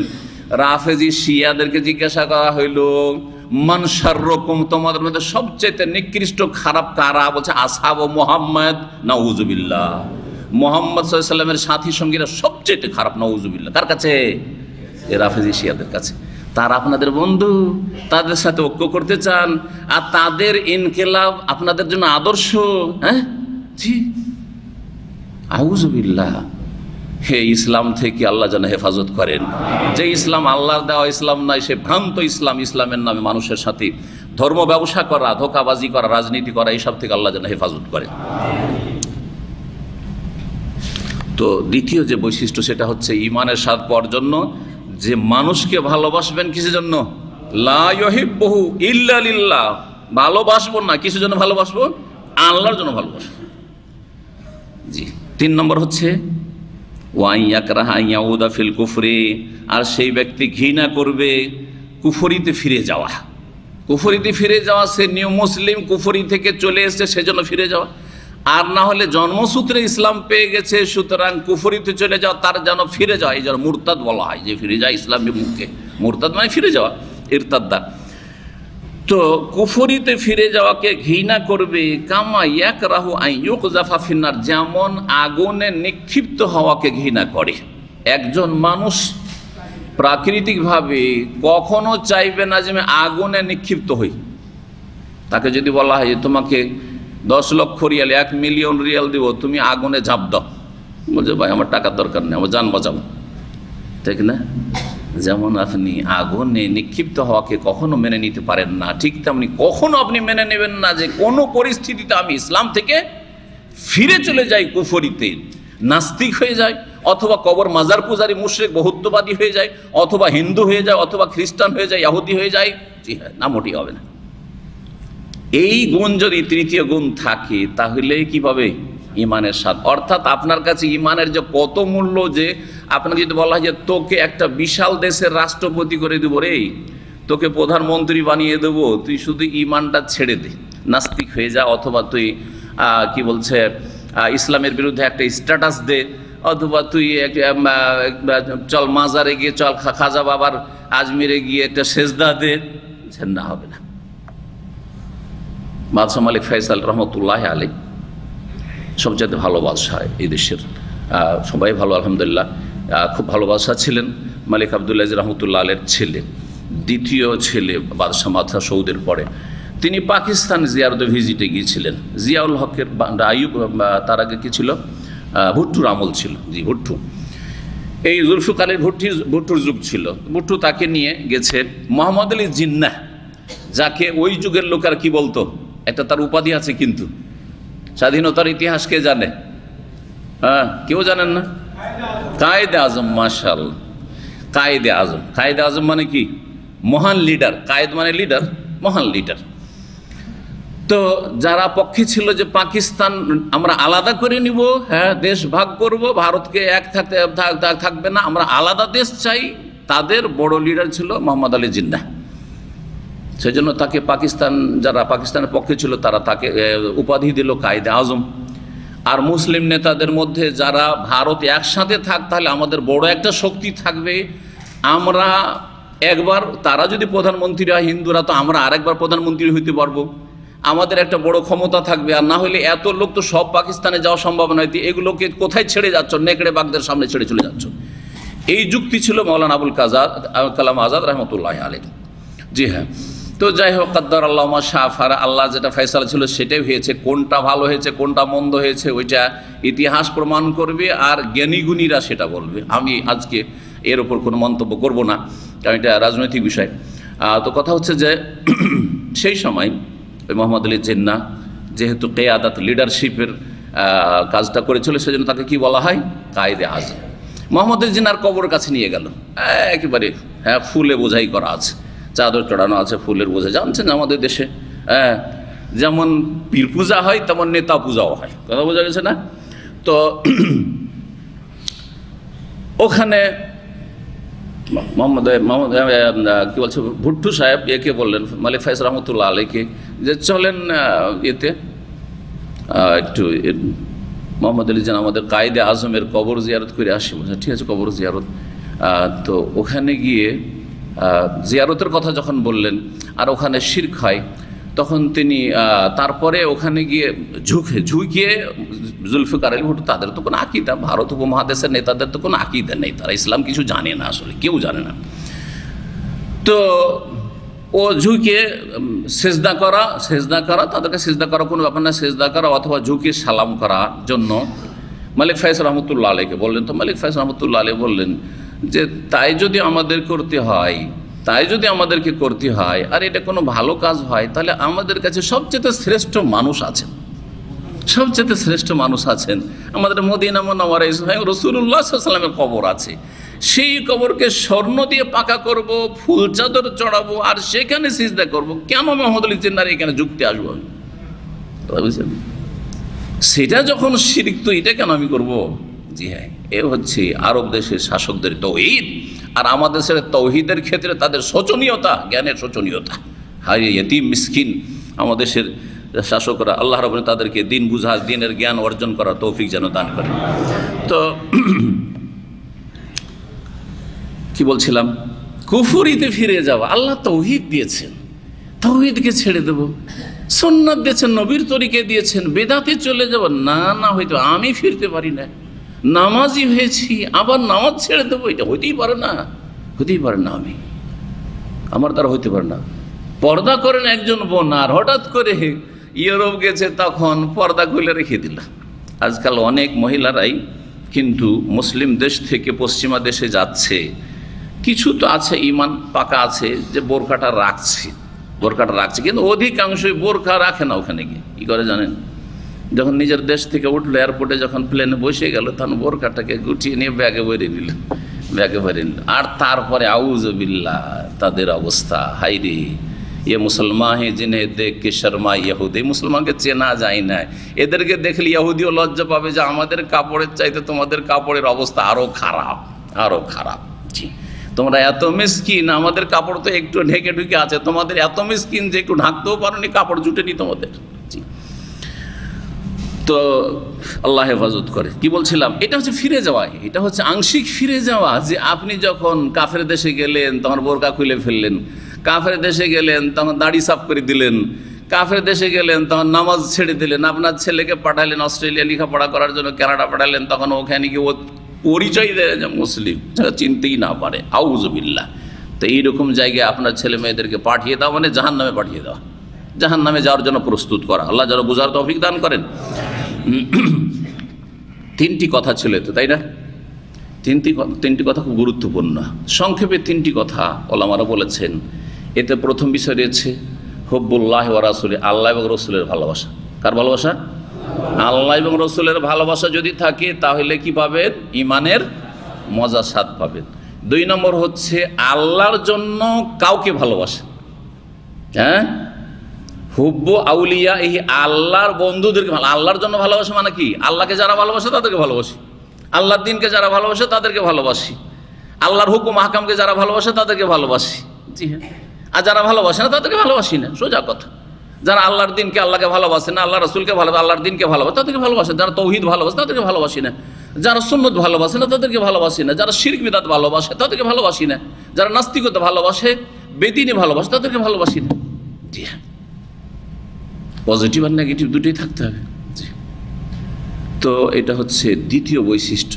হ্যাঁ, আল্লাহ এবং রসুলের ভালোবাসা আর আল্লাহর আউলিয়াদের হুব্বু আল্লাহর আউলিয়া আল্লাহর বান্দাদের ভালোবাসা, নেক লোকদের ভালোবাসা। আর আরেকটা হচ্ছে ইস্তিকামা, অটলতা। আমি দিনের ওপর আছি, অটল থাকবো, অবিচল থাকবো। ইন্নাল্লাযীনা ক্বালু রাব্বুনাল্লাহু সুম্মা ইসতাকামু, ইস্তিকামা। আমি কখনো ফিরবো না, আংশিকও ফিরবো না, আর পুরোপুরি তো ফিরা প্রশ্নই ওঠে না। ঝুঁকেও যাবো না বাতিলের সামনে, শিরকের সামনে, বিদআতের সামনে ঝুঁকে যাবেন না, এটা হইতে পারে না। যখন আল্লাহ জাহান্নাম থেকে রক্ষা করেছেন, তখন আপনি জাহান্নাম থেকে আজীবন বাঁচার জন্য চেষ্টা করে যাবেন। আল্লাহ যেন তৌফিক দান করেন। ঈমানের স্বাদ আছে, তাহলে বোঝা গেল যে ঈমানের কি আছে, স্বাদ আছে। ঈমানের স্বাদ সবাই পায় না, সবাই পায় না, সবাই পায়। যার মধ্যে তিনটি বৈশিষ্ট্য থাকবে, তাহলে বোঝা গেল যার মধ্যে তিনটি বৈশিষ্ট্যতে কমতি আছে, ঘাটতি আছে বা নেই, তারা ঈমানের স্বাদ পায় না। তাহলে যারা ঈমানের স্বাদ পায় না আর যারা স্বাদ পায়, দুই শ্রেণীর মানুষ কি একই ক্যাটাগরির মুসলিম না পার্থক্য? তাহলে বোঝা গেল যে সব মুমিন একই স্তরের নয়। তাহলে বোঝা গেল যে ঈমানের অনেক শাখা প্রশাখা আছে, যার মধ্যে যত বেশি পূর্ণতার সাথে থাকবে তত বেশি সে কি হবে, কামেল মুমিন হবে। সবগুলি মুমিন মুসলিম একই স্তরের না। এর মাধ্যমে মুরজিয়াদের রদ করা হয়েছে। মুরজিয়া বলছে আবু বকরের ঈমান আর মুসলিম সমাজের একটা নিম্ন শ্রেণীর দুর্বল ঈমানের ঈমান নাকি একই, ঈমানে কম বেশি নেই। মুরজিয়াতুল ফুকাহা বা মুরজিয়াতুল আকীদা যারা, তাদের ঈমানে কোনো পার্থক্য নেই। আমলের কারণে ঈমানের পার্থক্য হয় না, ভুল কথা। আমল জরুরি, আমল যত কমবে তেমনই ঈমান দুর্বল হতে লাগবে। যেমন গাছের ডাল পাতা, শাখা প্রশাখা আর পাতা, গাছের যত পাতা কমবে ছায়া কমে যাবে, যত ডাল কমবে তত বেশি গাছের মূল্য কমে যাবে, তারপরে গাছের ছায়া কমে যাবে। ঠিক ওই রকমই হচ্ছে ঈমান, ইসলামের অবস্থা। 10 নম্বর অধ্যায় ইমাম বুখারী রাহিমাহুল্লাহ বলছেন বাবুন হাজা বাবুন, এই অধ্যায় হচ্ছে আলামাতুল ঈমান হুব্বুল আনসার। ঈমানের লক্ষণ হচ্ছে আনসারীদেরকে ভালোবাসা। ঈমানের লক্ষণ হচ্ছে আনসারীদেরকে ভালোবাসা। সুতরাং আনসারীদেরকে যারা ভালোবাসে তাদের মধ্যে ঈমানের লক্ষণ আছে, আর যারা আনসারীদেরকে ভালোবাসে না তার মধ্যে ঈমানের লক্ষণ নেই। যখন ঈমানের লক্ষণ নেই তো মুনাফিকির লক্ষণ আছে, যদি ঘৃণা করে, দুশমনি রাখে। আর আনসারীরা হচ্ছে রাসূলুল্লাহ সাল্লাল্লাহু আলাইহি ওয়াসাল্লামের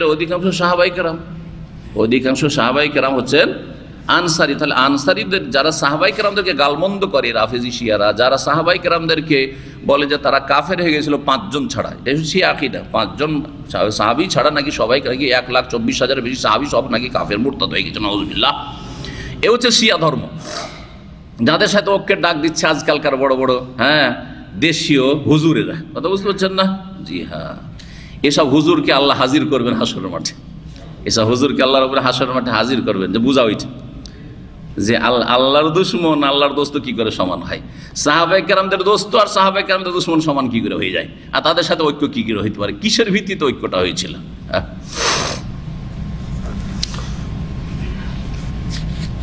আনসারীদের ভালোবাসা, তারপর ভালোবাসা তো কম বেশি আছে, যার যত বেশি ভালোবাসা থাকবে তার ঈমান তত বেশি কামিল হবে। তাহলে বোঝা গেল যে ঈমান কমে বাড়ে। ইমাম বুখারী রাহিমাহুল্লাহ শুরুতে বলেছে ঈমান কমে আর বাড়ে। একই মানুষের কমে বাড়ে কখনো কখনো, আবার একজনের আরেকজনের চাইতে ঈমান পার্থক্য আছে।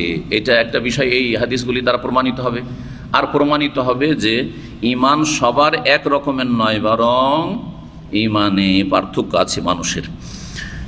বলছেন আনাস রাদিয়াল্লাহু তাআলা আনহু যে নবী সাল্লাল্লাহু আলাইহি ওয়াসাল্লাম বলেছেন আয়াতুল ঈমান হুব্বুল আনসার, ঈমানের নিদর্শন হচ্ছে আনসারীদের ভালোবাসা। ও আয়াতুন নিফাকি, আর কপটতা মুনাফিকির লক্ষণ হচ্ছে বুগজুল আনসার, আনসারীদের দুশমনী, আনসারীদের সাথে বিদ্বেষ রাখা। জি হ্যাঁ, এই হাদিস আজকাল ফিট হচ্ছে একেবারে রাফেজি শিয়াদের, ঠিক না? জি। আর ওই সব লোকদের যারা শিয়া ঘেঁষা লোক, সাহাবায়ে কেরামদের সমালোচনা করতে দ্বিধা করে না, সাহাবায়ে কেরামদের ভুল ধরতে দ্বিধা করে না, সাহাবায়ে কেরামদের যুগে যে আপোষে কিছু বিষয়ে মতবিরোধ হয়েছিল সেই বিষয়ে মন্তব্য করতে থাকে, জবান লম্বা করতে থাকে, এরা বিদ্বেষ সৃষ্টি করে। এদের কিতাবাদি যদি পড়া যায় তো বিদ্বেষ নিয়ে বেরোবেন, আল্লাহ হেফাজত করে এদের কিতাব থেকে। জি হ্যাঁ, খেলাফত মুলুকিয়াত মাওলানা মওদুদের যে কিতাবটি আছে সেই কিতাব আল্লাহ হেফাজত করে এই কিতাব থেকে। সৌদি আরবের বড় বড় ওলামারা শাইখ বিন বাজ রাহিমাহুল্লাহ বলেছেন এই কিতাবগুলিকে পুড়িয়ে দেওয়া ফরজ। কারণ কেউ যদি খেলাফত মুলকিয়াত আমি পড়েছি আমার ছাত্র লাইফে, আল্লাহ হেফাজত করেছেন, কারণ আলহামদুলিল্লাহ জামিয়া সালাফিয়া থেকে পড়েছিলাম, তো আমার সালাফিয়া আকীদা মজবুত হওয়ার কারণে আল্লাহ রক্ষা করেছে। জি, আর তারপরে মদিনা ইউনিভার্সিটি পড়লাম। তো কথা হচ্ছে যে এই কিতাব যখন পড়ি তখন ভিতরে এমন একটা প্রতিক্রিয়া যে যেন এইসব মানুষ যে রুহানিয়াতের জগতে এদেরকে এত ভালো মানুষ, এত আল্লাহওয়ালা মানুষ, এত পরেজগার মানুষ, এরা জানমাল সব কিছুর কোরবানি করেছে, এই যে একটা ঈমান বা বিশ্বাস সাহাবায়ে কেরামদের সম্পর্কে শ্রদ্ধা, সেটা আপনার একবারে কি হয়ে যাবে, চুরমার হয়ে যাবে। আউযুবিল্লাহ। আর মুনাফিক হয়ে বেরিয়ে আসবেন। এই কিতাব পড়ে যখন বেরিয়ে আসবেন, শেষ করবেন, তখন মুনাফিক হয়ে বেরিয়ে আসবেন আপনি। জি, এগুলো হচ্ছে ইসলামের বড় খেদমত। আর এগুলো বলবেন যে ইসলামিক দল আর ইসলামের খেদমত করছে, আল্লাহ হেফাজত করে সব থেকে। তো বলছিলাম যে ঈমানের লক্ষণ হচ্ছে আনসারীদের ভালোবাসা। আনসারী কাকে বলে? আনসারী একজন যে বলবেন হাত তুলেন। হ্যাঁ, কাকে বলে? রাসূলুল্লাহ সাল্লাল্লাহু আলাইহি ওয়াসাল্লাম যারা আশ্রয় দিয়েছে, ব্যাস। আর কেউ?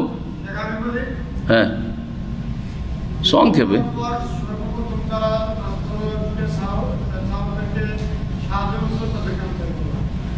যারা রাসূলুল্লাহ সাহাবায়ে কেরামদেরকে সাহায্য করেছিল হিজরত করে আসার সময়, ওরা কোথাকার লোক? ওটাই বলতে হচ্ছে মদিনার। হ্যাঁ, যেই সব লোকেরা ঈমান নিয়ে এসেছে এবং নবী সাল্লাল্লাহু আলাইহি ওয়াসাল্লাম আর সাহাবায়ে কেরামদের সার্বিক সাহায্য সহযোগিতা করেছে, ঈমানের অবস্থায় সার্বিক সাহায্য সহযোগিতা করেছে, ঈমানের অবস্থায়। কারণ আবু তালেবও তো সাহায্য করেছে, আবু তালেবও তো রাসূলুল্লাহ খুব বেশি সাহায্য করেছে। তো বলবে আনসারী নাকি?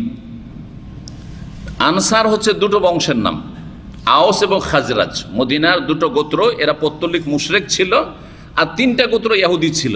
ইহুদিরা তেমন কেউ মুসলিম হয়নি, অল্প কয়েকজন ছাড়া হাতে গোনা। আর এই আওস খাজরাজের প্রায় সব মুসলিম হয়ে গেছিল, অল্প কিছু মুনাফিক ছিল, যে মুনাফিকগুলি জাহান্নামে চলে গেছে মরে। আর কেউ কেউ পরে তওবা করে ফিরেও এসছে, কাউকে আল্লাহ তওবা নসিব করেছেন। তো আওস খাজরাজের অধিকাংশই সব কি হয়েছিলেন, ইসলাম গ্রহণ করেছিলেন এবং নবী সাল্লাল্লাহু আলাইহি ওয়াসাল্লাম সাহাবায়ে কেরামদের কী করেছিলেন, সার্বিক সাহায্য করেছিলেন। সার্বিক সাহায্য, আশ্রয় দেওয়া, খাদ্যের ব্যবস্থা করা, সমস্ত কিছু, জিহাদে অংশ নেওয়া, সমস্ত জিহাদের ঘটনাগুলি যদি দেখেন তো আনসারীদের সংখ্যা মুহাজির চাইতে বেশি। শহীদ যারা হয়েছেন আনসারীরা বেশি শহীদ হয়েছেন, কারণ সংখ্যা ওদের বেশি, আর কোরবানি সব কিছু তাদের বেশি। মুহাজিরিনরা তাদের কাছে তেমন কিছু ছিল না। আনসারীরা সব বাগানের মালিক, খেজুর বাগানের মালিক। মুহাজিররা সর্বহারা হয়ে এসছেন, কিছুই নেই, বাড়ি নেই, ঘর নেই, টাকা নেই, কড়ি নেই, খালি হাতে এসছেন মক্কা থেকে, তাদের সহযোগিতা করেছেন। এই নাম কার দেওয়া জানেন? আমাদের দেওয়া নয়, কিন্তু এটা কখনো হয়তো খেয়াল করেন না। আনসার আর মুহাজিরের বৈশিষ্ট্যগত নাম, কিন্তু এই নাম কে দিয়েছেন? স্বয়ং আল্লাহ দিয়েছেন। কত প্রিয় নাম যে আল্লাহ এই নামগুলি দিয়েছেন। ওয়াস-সাবিকুনাল আউওয়ালুনা মিনাল মুহাজিরিন ওয়াল আনসার, মুহাজিরিন আনসার আল্লাহ নাম দিয়েছেন। রাদিয়াল্লাহু আনহুম ওয়া রাদু আনহু, আল্লাহ রাজি হয়ে গেছেন ওদের ওপর, আর ওরাও আল্লাহর কাছে এত নিয়ামত পেয়েছে যে তা রাজি হয়ে গেছে। কিন্তু শিয়া রাফেজি সারা রাজি হইতে পারলো না, এরা নারাজ হয়েই থাকে। দেখলেন, আল্লাহ রাজি হয়ে যাচ্ছে কিন্তু এরা রাজি হইতে পারছেন না। কি গুমরাহি, এর চেয়ে বড় গুমরাহি কি হইতে পারে? জি, এই যে বর্তমান হুসি ইয়ামানের, এরা হচ্ছে সেই দল। জি হ্যাঁ, ঠিক ইরানের মতো। ইরান থেকে ট্রেনিং নিয়ে আসছে এরা, আর এরা সাহাবায়ে কেরামদেরকে গালমন্দ করছে। এমনি যদি কোনো আহলে সুন্নাত সহি আকীদার থাকে তার কাছ থেকে জানতে পারবেন, মসজিদের খুতবায় সাহাবায়ে কেরামদেরকে, জুমার খুতবায়, ঈদের খুতবায়, তাদের বক্তব্যে প্রথম কাজ হচ্ছে সাহাবায়ে কেরামদেরকে লানত করা, অভিশাপ করা, জাহান্নামী বলে আখ্যায়িত করা। এই হচ্ছে তাদের ইসলাম। জি,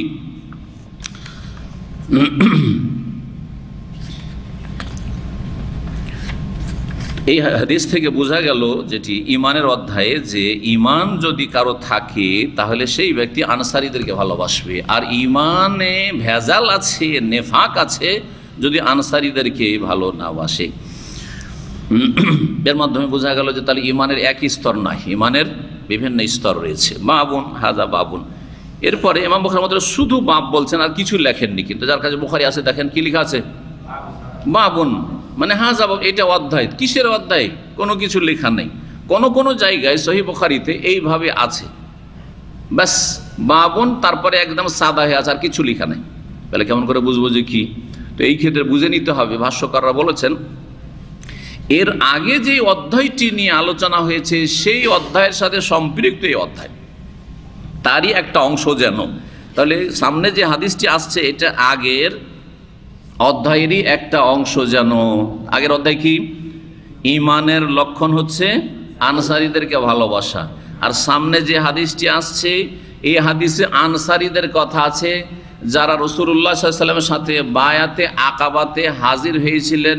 মিনার যে আকাবা জায়গা যেখানে শেষ জামরা শেষ হচ্ছে, ওই জামরার কাছে দুই দিক থেকে পাহাড় কাছে আসছে, ঘাঁটি, আকাবা মানে ঘাঁটি, ঘাঁটি সংকীর্ণ রাস্তা পাহাড়ের মাঝখানে।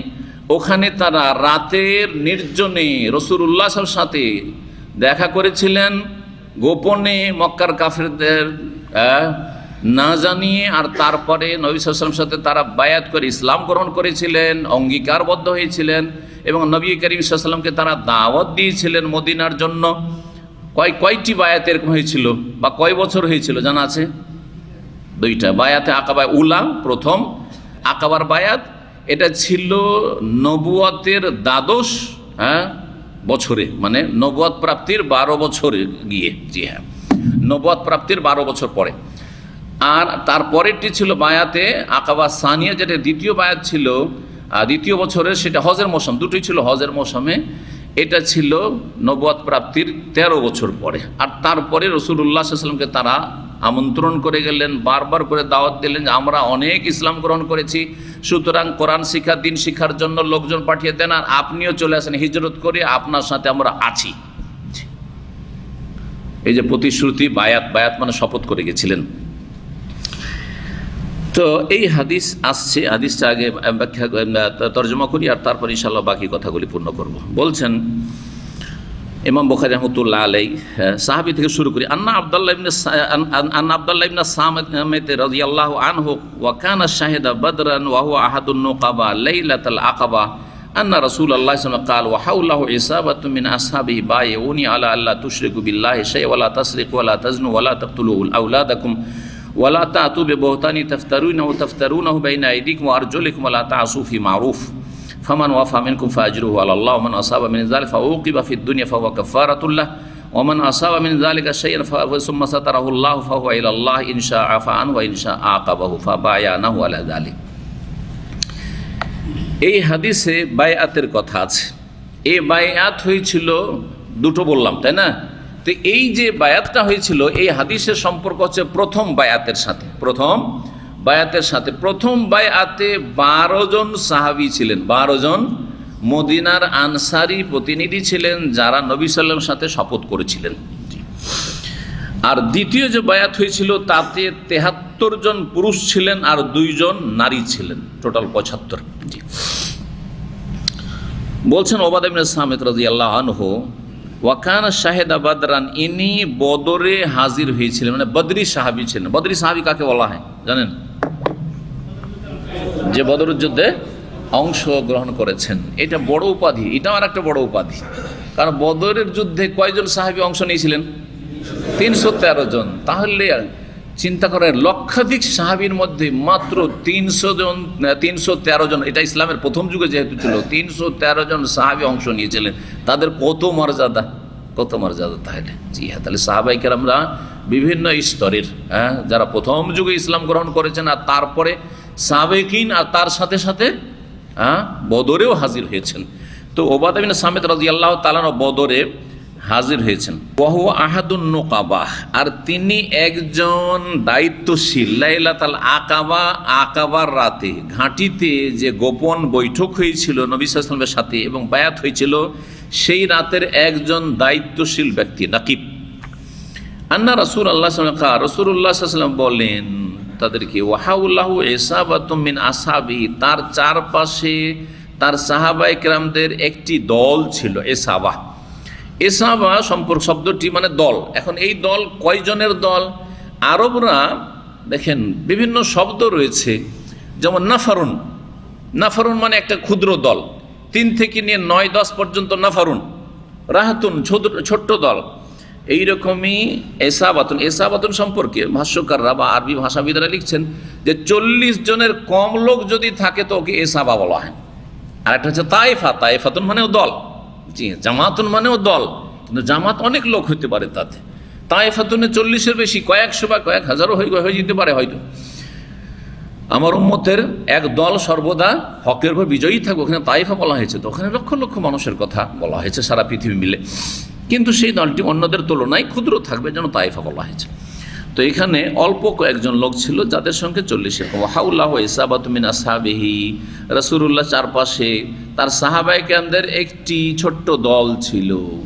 তো মদিনা থেকে আসা 12 জন, আর মক্কার যেসব সাহাবায়ে কেরাম প্রথম দিকে ইসলাম গ্রহণ করেছিলেন তারা ছিলেন ওখানে, জি এই মিলে তাদের সাথে মিটিং হয়েছিল। বাইউনি, আমার সাথে তোমরা বায়াত করো, মানে শপথ করো, আলা এই মর্মে যে আল্লাহ তুশরিকু বিল্লাহি শাইআ, আল্লাহর সাথে কোনো কিছুকে শরীক করবে না, এক। 2 নম্বর ওয়ালা তাসরিকু, তোমরা চুরি করবে না, ওয়ালা তাজনু, তোমরা জেনা ব্যভিচার করবে না, ওয়ালা তাকতুলু আওলাদাকুম, তোমরা নিজের সন্তান সন্ততি ছেলে মেয়েদেরকে হত্যা করবে না। কয়টি হলো? হ্যাঁ 3-4টি হয়েছে, তাই না? ছেলে মেয়েদেরকে কেউ হত্যা করে নাকি? করে? কে বোঝাবে? একজন করে, অন্যদিকে হ্যাঁ করে। কেমন করে? মায়ের পেটে। আজকাল বর্তমান যুগে, হ্যাঁ আধুনিক যুগে মায়ের পেটে মেরে ফেলে দিচ্ছে, আসতেই দেয় না, দুনিয়া তোকে আসতেই দেবো না, তুই খেতে আসছিস আমি খাওয়াইতে পারবো না, ঠিক না?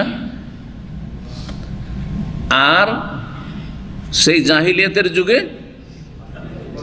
জন্মে যেত, আর তারপরে তখন কন্যা সন্তান হলে মেরে দিত। কন্যা সন্তান হলে কি করতো? হ্যাঁ জীবিত দাফন করে দিত, যে এই মেয়েকে খাওয়াইয়া লাভটা কি? এক তো খাওয়াইতে হবে, এরা যুদ্ধ করতে পারবে না, কারণ গোত্রীয় শাসন ছিল, তো গোত্রের সাথে এক গোত্রের এক বংশের আর বংশের সাথে লড়াই লেগেই থাকতো। লড়াইয়ে মহিলারা লাঠি ধরতে পারবে না, এটা কারা জানতো?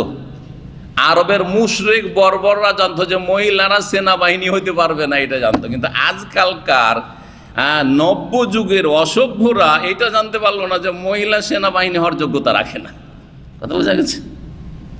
তাহলে সেই যুগের জাহিলিয়াত আর এই যুগের জাহিলিয়াত, বর্তমান যুগের জাহিলিয়াত তখনকার জাহিলিয়াতকে ছড়িয়ে গেছে, জানদারও নাই। ওরা অন্তত এতটা বুঝতো, মহিলা নারী মেয়ে সন্তান হলে খুন করতো, এই বর্বরতা ছিল, এই জাহিলিয়াত ছিল। কিন্তু এইটা জানা ছিল যে মহিলা এই কাজের যোগ্য না, হ্যাঁ এই লড়াইয়ের যোগ্য না। আর আজকাল সেনাবাহিনীতে মহিলাদেরকে ভর্তি করা হচ্ছে, তার মানে কি এরাও বর্বর? হ্যাঁ আধুনিক যুগের বর্বর।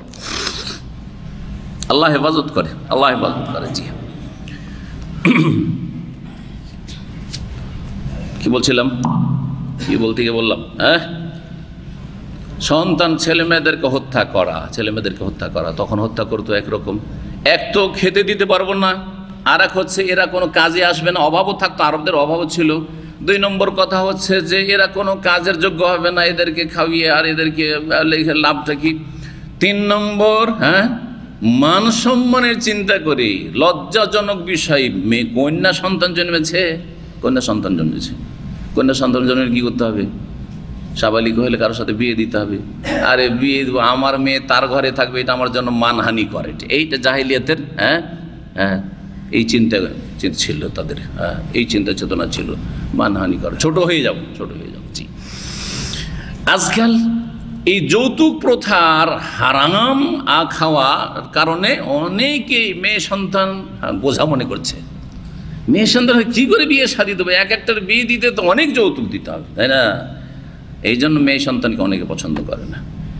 তো যেই মুসলিমরা আজকালকার যুগে মেয়ে সন্তানকে বিভিন্ন কারণে পছন্দ করে না, হয়তো যৌতুকের ভয়ে, অথবা মেয়ে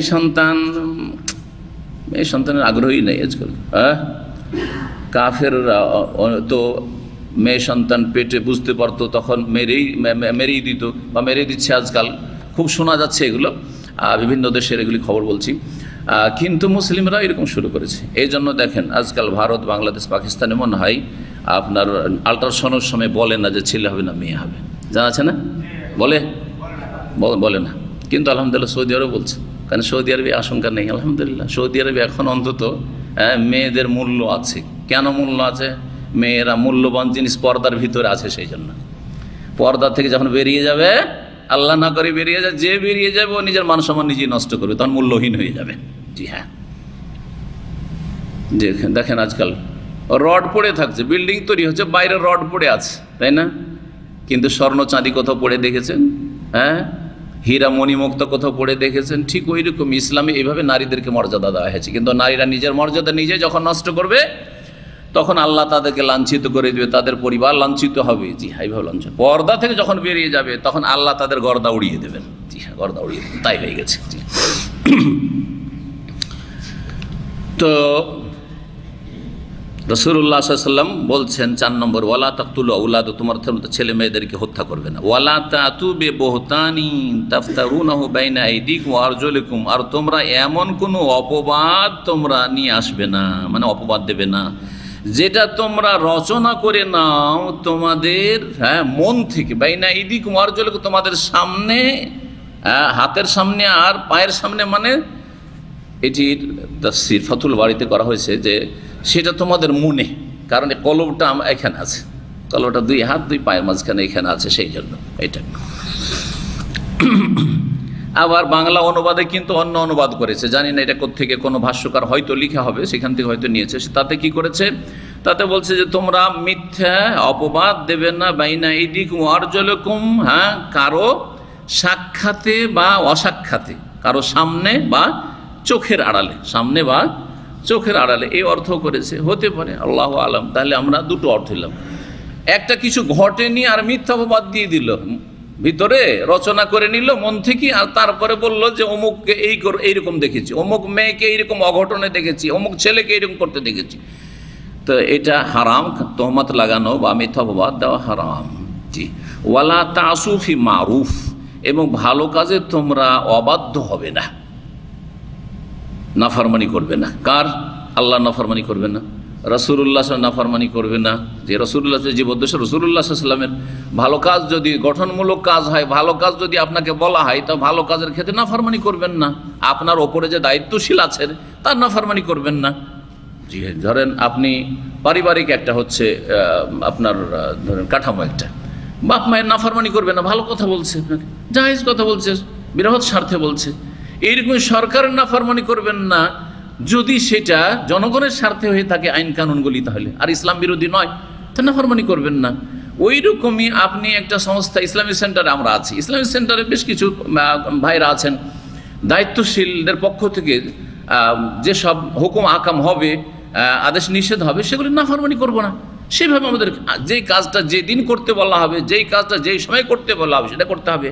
আপনি একটা প্রতিষ্ঠানে কাজ করছেন, ওখানে যেই দিন যেই কাজটা যেই সময় যেভাবে করতে বলা হবে ওইভাবেই করতে হবে। আপনি সেখানে যদি আপনি মাতাব্বরি করেন আর বলেন না না না আজকে এটা করবো না কালকে এটা করবো, তো আপনার মদির রাখবে আপনাকে?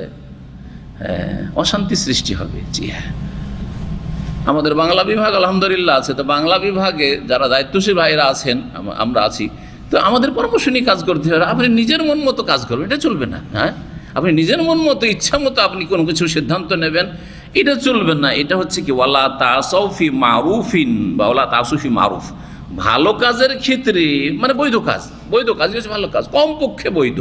আর যদি সেটা সুন্নত মুস্তাহাব হয়, সেটা নেকির কাজ হয়, সওয়াবের কাজ হয়, এটা ওয়াজিব ফরজ কাজ হয়, তাহলে তো প্রশ্নই ওঠে না। এমনকি জায়েজও কোনো কাজ যদি বলা হয় আর সেটা নাফরমানি সেই ক্ষেত্রে করা জায়েজ নাই, যদি সেটার হুকুম হয় আপনাকে। ফামান ওয়াফা মিনকুম, তোমাদের মধ্যে কেউ যদি এই ওয়াদাগুলি পূর্ণ করে, যে বায়াত চুক্তি করলো, ফাআজরুহু আলাল্লাহ, তার প্রতিদান আল্লাহর কাছে রয়েছে। ওমান আসাবা মিন যালিকা শাইআন, আর কেউ যদি এইসবের কোনো একটিতে লিপ্ত হয়ে যায়, শিরক করবো না বললো, চুরি করব না, তাই না, ব্যভিচারের কাছে যাব না, খুন করব না, মিথ্যা অপবাদ দেব না, ভালো কাজের ক্ষেত্রে বিরুদ্ধাচরণ করব না, তারপরে ভালো কাজের ক্ষেত্রে বিরুদ্ধাচরণ করে দিল, ধরেন কেউ চুরি করে নিল, এইরকম কেউ যদি করে, তাহলে ফাউকিবা ফি দুনিয়া, হয় দুনিয়ার শাস্তি হবে, আর দুনিয়ায় শাস্তি না হইলে আখিরাতের শাস্তি হবে। বলছেন রাসূলুল্লাহ, দুনিয়ায় যদি তাকে শাস্তি দিয়ে দেওয়া হয়, ফাহুয়া কাফফারাতুন লাহু, তাহলে তার জন্য সেটা মোচনকারী হয়ে যাবে। কাফফারাকে কাফফারা কেন বলে? কাফফারা শব্দের একটু ব্যাখ্যা করি, সময় মনে হয় এগিয়ে চলে গেছে, আল্লাহু আকবার, এগিয়ে চলে গেছে। ফাহুয়া কাফফারাতুল্লাহ, কাফফারা, কাফারা মানে ঢেকে দেওয়া, কাফারা মানে গোপন করা, কুফর মানে সিত্র ওয়া তাগতিয়া, ঢেকে দেওয়া। কাফেরকে কাফের কেন বলে? কারণ কাফের সত্যকে বাতিল দিয়ে ঢেকে দিয়েছে, কাফের সত্যকে বাতিল দিয়ে ঢেকে দেয়, সেজন্য কাফেরকে কাফের বলা হয়। জি, তো এখন কাফারাকে কাফারা কেন বলা হয়? কাফারা কাকে বলা হয়? যেটাতে কোনো কিছু কি হয়ে যায়, মোচন হয়ে যায়। কসম করে কসম ভেঙে দিয়েছেন তো গুনাহ হয়ে গেছে, কসম করে কসম ভেঙে দিয়েছেন, সুতরাং গুনাহ হয়েছে। এখন এই কসমের কাফারা দেওয়ার মাধ্যমে কি হবে? এই গুনার কি হয়ে যাবে? গুনাহটা, পাপটা ঢেকে যাবে। এই যে ঢাকার অর্থ রয়েছে। কোনো ব্যক্তি চুরি করলো, আর চুরি করার পরে ফাউকি বা ফুদ্দিরা দুনিয়া থেকে সাজা শাস্তি দিয়ে দেওয়া হলো, মানে তার হাত কেটে দেওয়া হলো। মানুষকে খুন করলো, আর খুনের বদল তাকে খুন করে দেওয়া হইলো, তাহলে ফাহুয়া কাফারাতুল্লাহ, সেটা তার জন্য কি হয়ে যাবে? মোচনকারী হবে, মোচনকারী হবে। চুরি করেছিল, হাত কেটে দেওয়া হয়েছে, তার গুনাহ কি হয়ে গেছে? মাফ হয়েছে। কিন্তু যেই সম্পদটা চুরি করেছিল সেটা যদি থাকে পাওয়া যায়, তাহলে তাকে কি করতে হবে? ওটাও ফিরিয়ে দিতে হবে, তার সাথে ওটা মালিককে, যার গর্তে চুরি করেছে, ফিরিয়ে দিতে হবে। খুনের বিষয়টি ওর চাইতে ভিন্ন, কিন্তু খুনের বিষয় আরও সিরিয়াস বিষয়।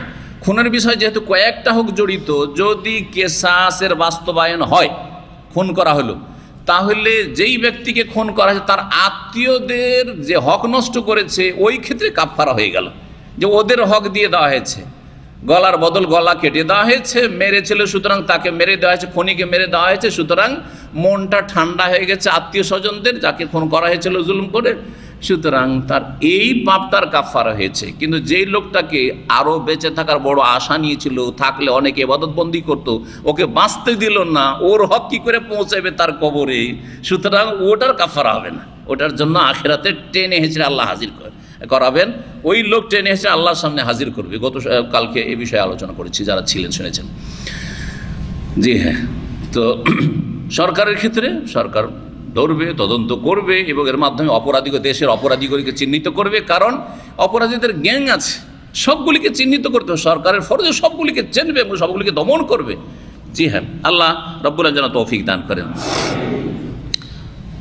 কাফারা বলছেন ওমান আসাবা মিন যালিকা শাইআন, আর কেউ যদি এরকম কোনো পাপে লিপ্ত হয়ে যায়, সুম্মা সাতারাহুল্লাহ, কিন্তু আল্লাহ সেটাকে ঢেকে রেখে দিলেন, মানে ধরা খেলো না, চোর ধরা পড়লো না, হ্যাঁ, ব্যভিচার করলো ধরা পড়লো না, ঢেকে থেকে গেল, ফাহুয়া ইলাল্লাহ, তাহলে আল্লাহর ইচ্ছাধীন, আল্লাহর ইচ্ছাধীন। ইনশা আফা আনহু, আল্লাহ চাইলে তাকে মাফ করবেন, মাফ করবেন, বিভিন্নভাবে মাফ। তওবা করে নিয়েছে, আল্লাহ মাফ করে দিয়েছেন।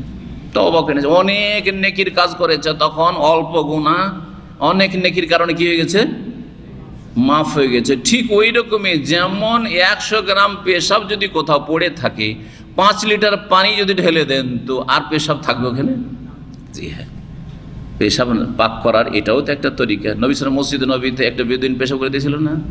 তো পেশাব তো ওখানে ছিল, মাটি খুঁড়ে তো অন্য জায়গাতে ফেলা হয়নি। ওই জায়গায় বললেন যে 1 বালতি পানি ঢেলে দাও, তারপর যা গেল 5-10 লিটার পানি, আর পেশাব ছিল ধরেন 100 গ্রাম, হয়ে গেল, পাক হয়ে গেল। ওই রকমই মানব জীবনটা, যদি কোনো পাপ থাকে আর পাপের তুলনায় নেকি অনেক বেশি থাকে, তো ওই নেকির কারণে আল্লাহ মাফ করে দিতে পারে। জি হ্যাঁ, নেকির কারণে হয়তো শাফাতের সে মর্যাদা পেয়ে গেছে, সে তার জন্য কেউ সুপারিশ করেছে, নবী জি, বা অন্য কেউ, এটা হইতে পারে। ওয়াইনশা আকাবার, আল্লাহ চাইলে তাকে শাস্তি দেবেন। বাকি থেকে গেছে, দুনিয়ায় শাস্তি হয়নি, সুতরাং আল্লাহ তাকে শাস্তি দিতে চাইলে দেবেন। ফাবায়ানাহু আলা যালিক, এর ওপর আমরা রাসূলুল্লাহ সাল্লাল্লাহু আলাইহি ওয়াসাল্লাম সাথে কি করেছিলাম? বায়াত করেছিলাম। এই হাদিসের সম্পর্ক আগের হাদিসের সাথে হচ্ছে যে এই হাদিসের বর্ণনাকারী ওবাদা ইবনে সামিত রাদিয়াল্লাহু তাআলা আনহু, আর তিনি ছিলেন আনসারী। শুধু আনসারী না, আনসারীদের তিনি সরদার ছিলেন। আনসারীদের কি ছিলেন? তিনি সরদার, দায়িত্বশীল ছিলেন। তো এইভাবে আগের সাথে সম্পর্ক। সুতরাং আনসারীদেরকে ভালোবাসা হচ্ছে ঈমানের অংশ। আনসারীদের সম্পর্কে জানা, ইলম হাসিল করা, আনসারীদের মর্যাদা উপলব্ধি করা, তাদের শ্রদ্ধা সম্মান করা, এগুলো হচ্ছে ঈমানের অন্তর্ভুক্ত।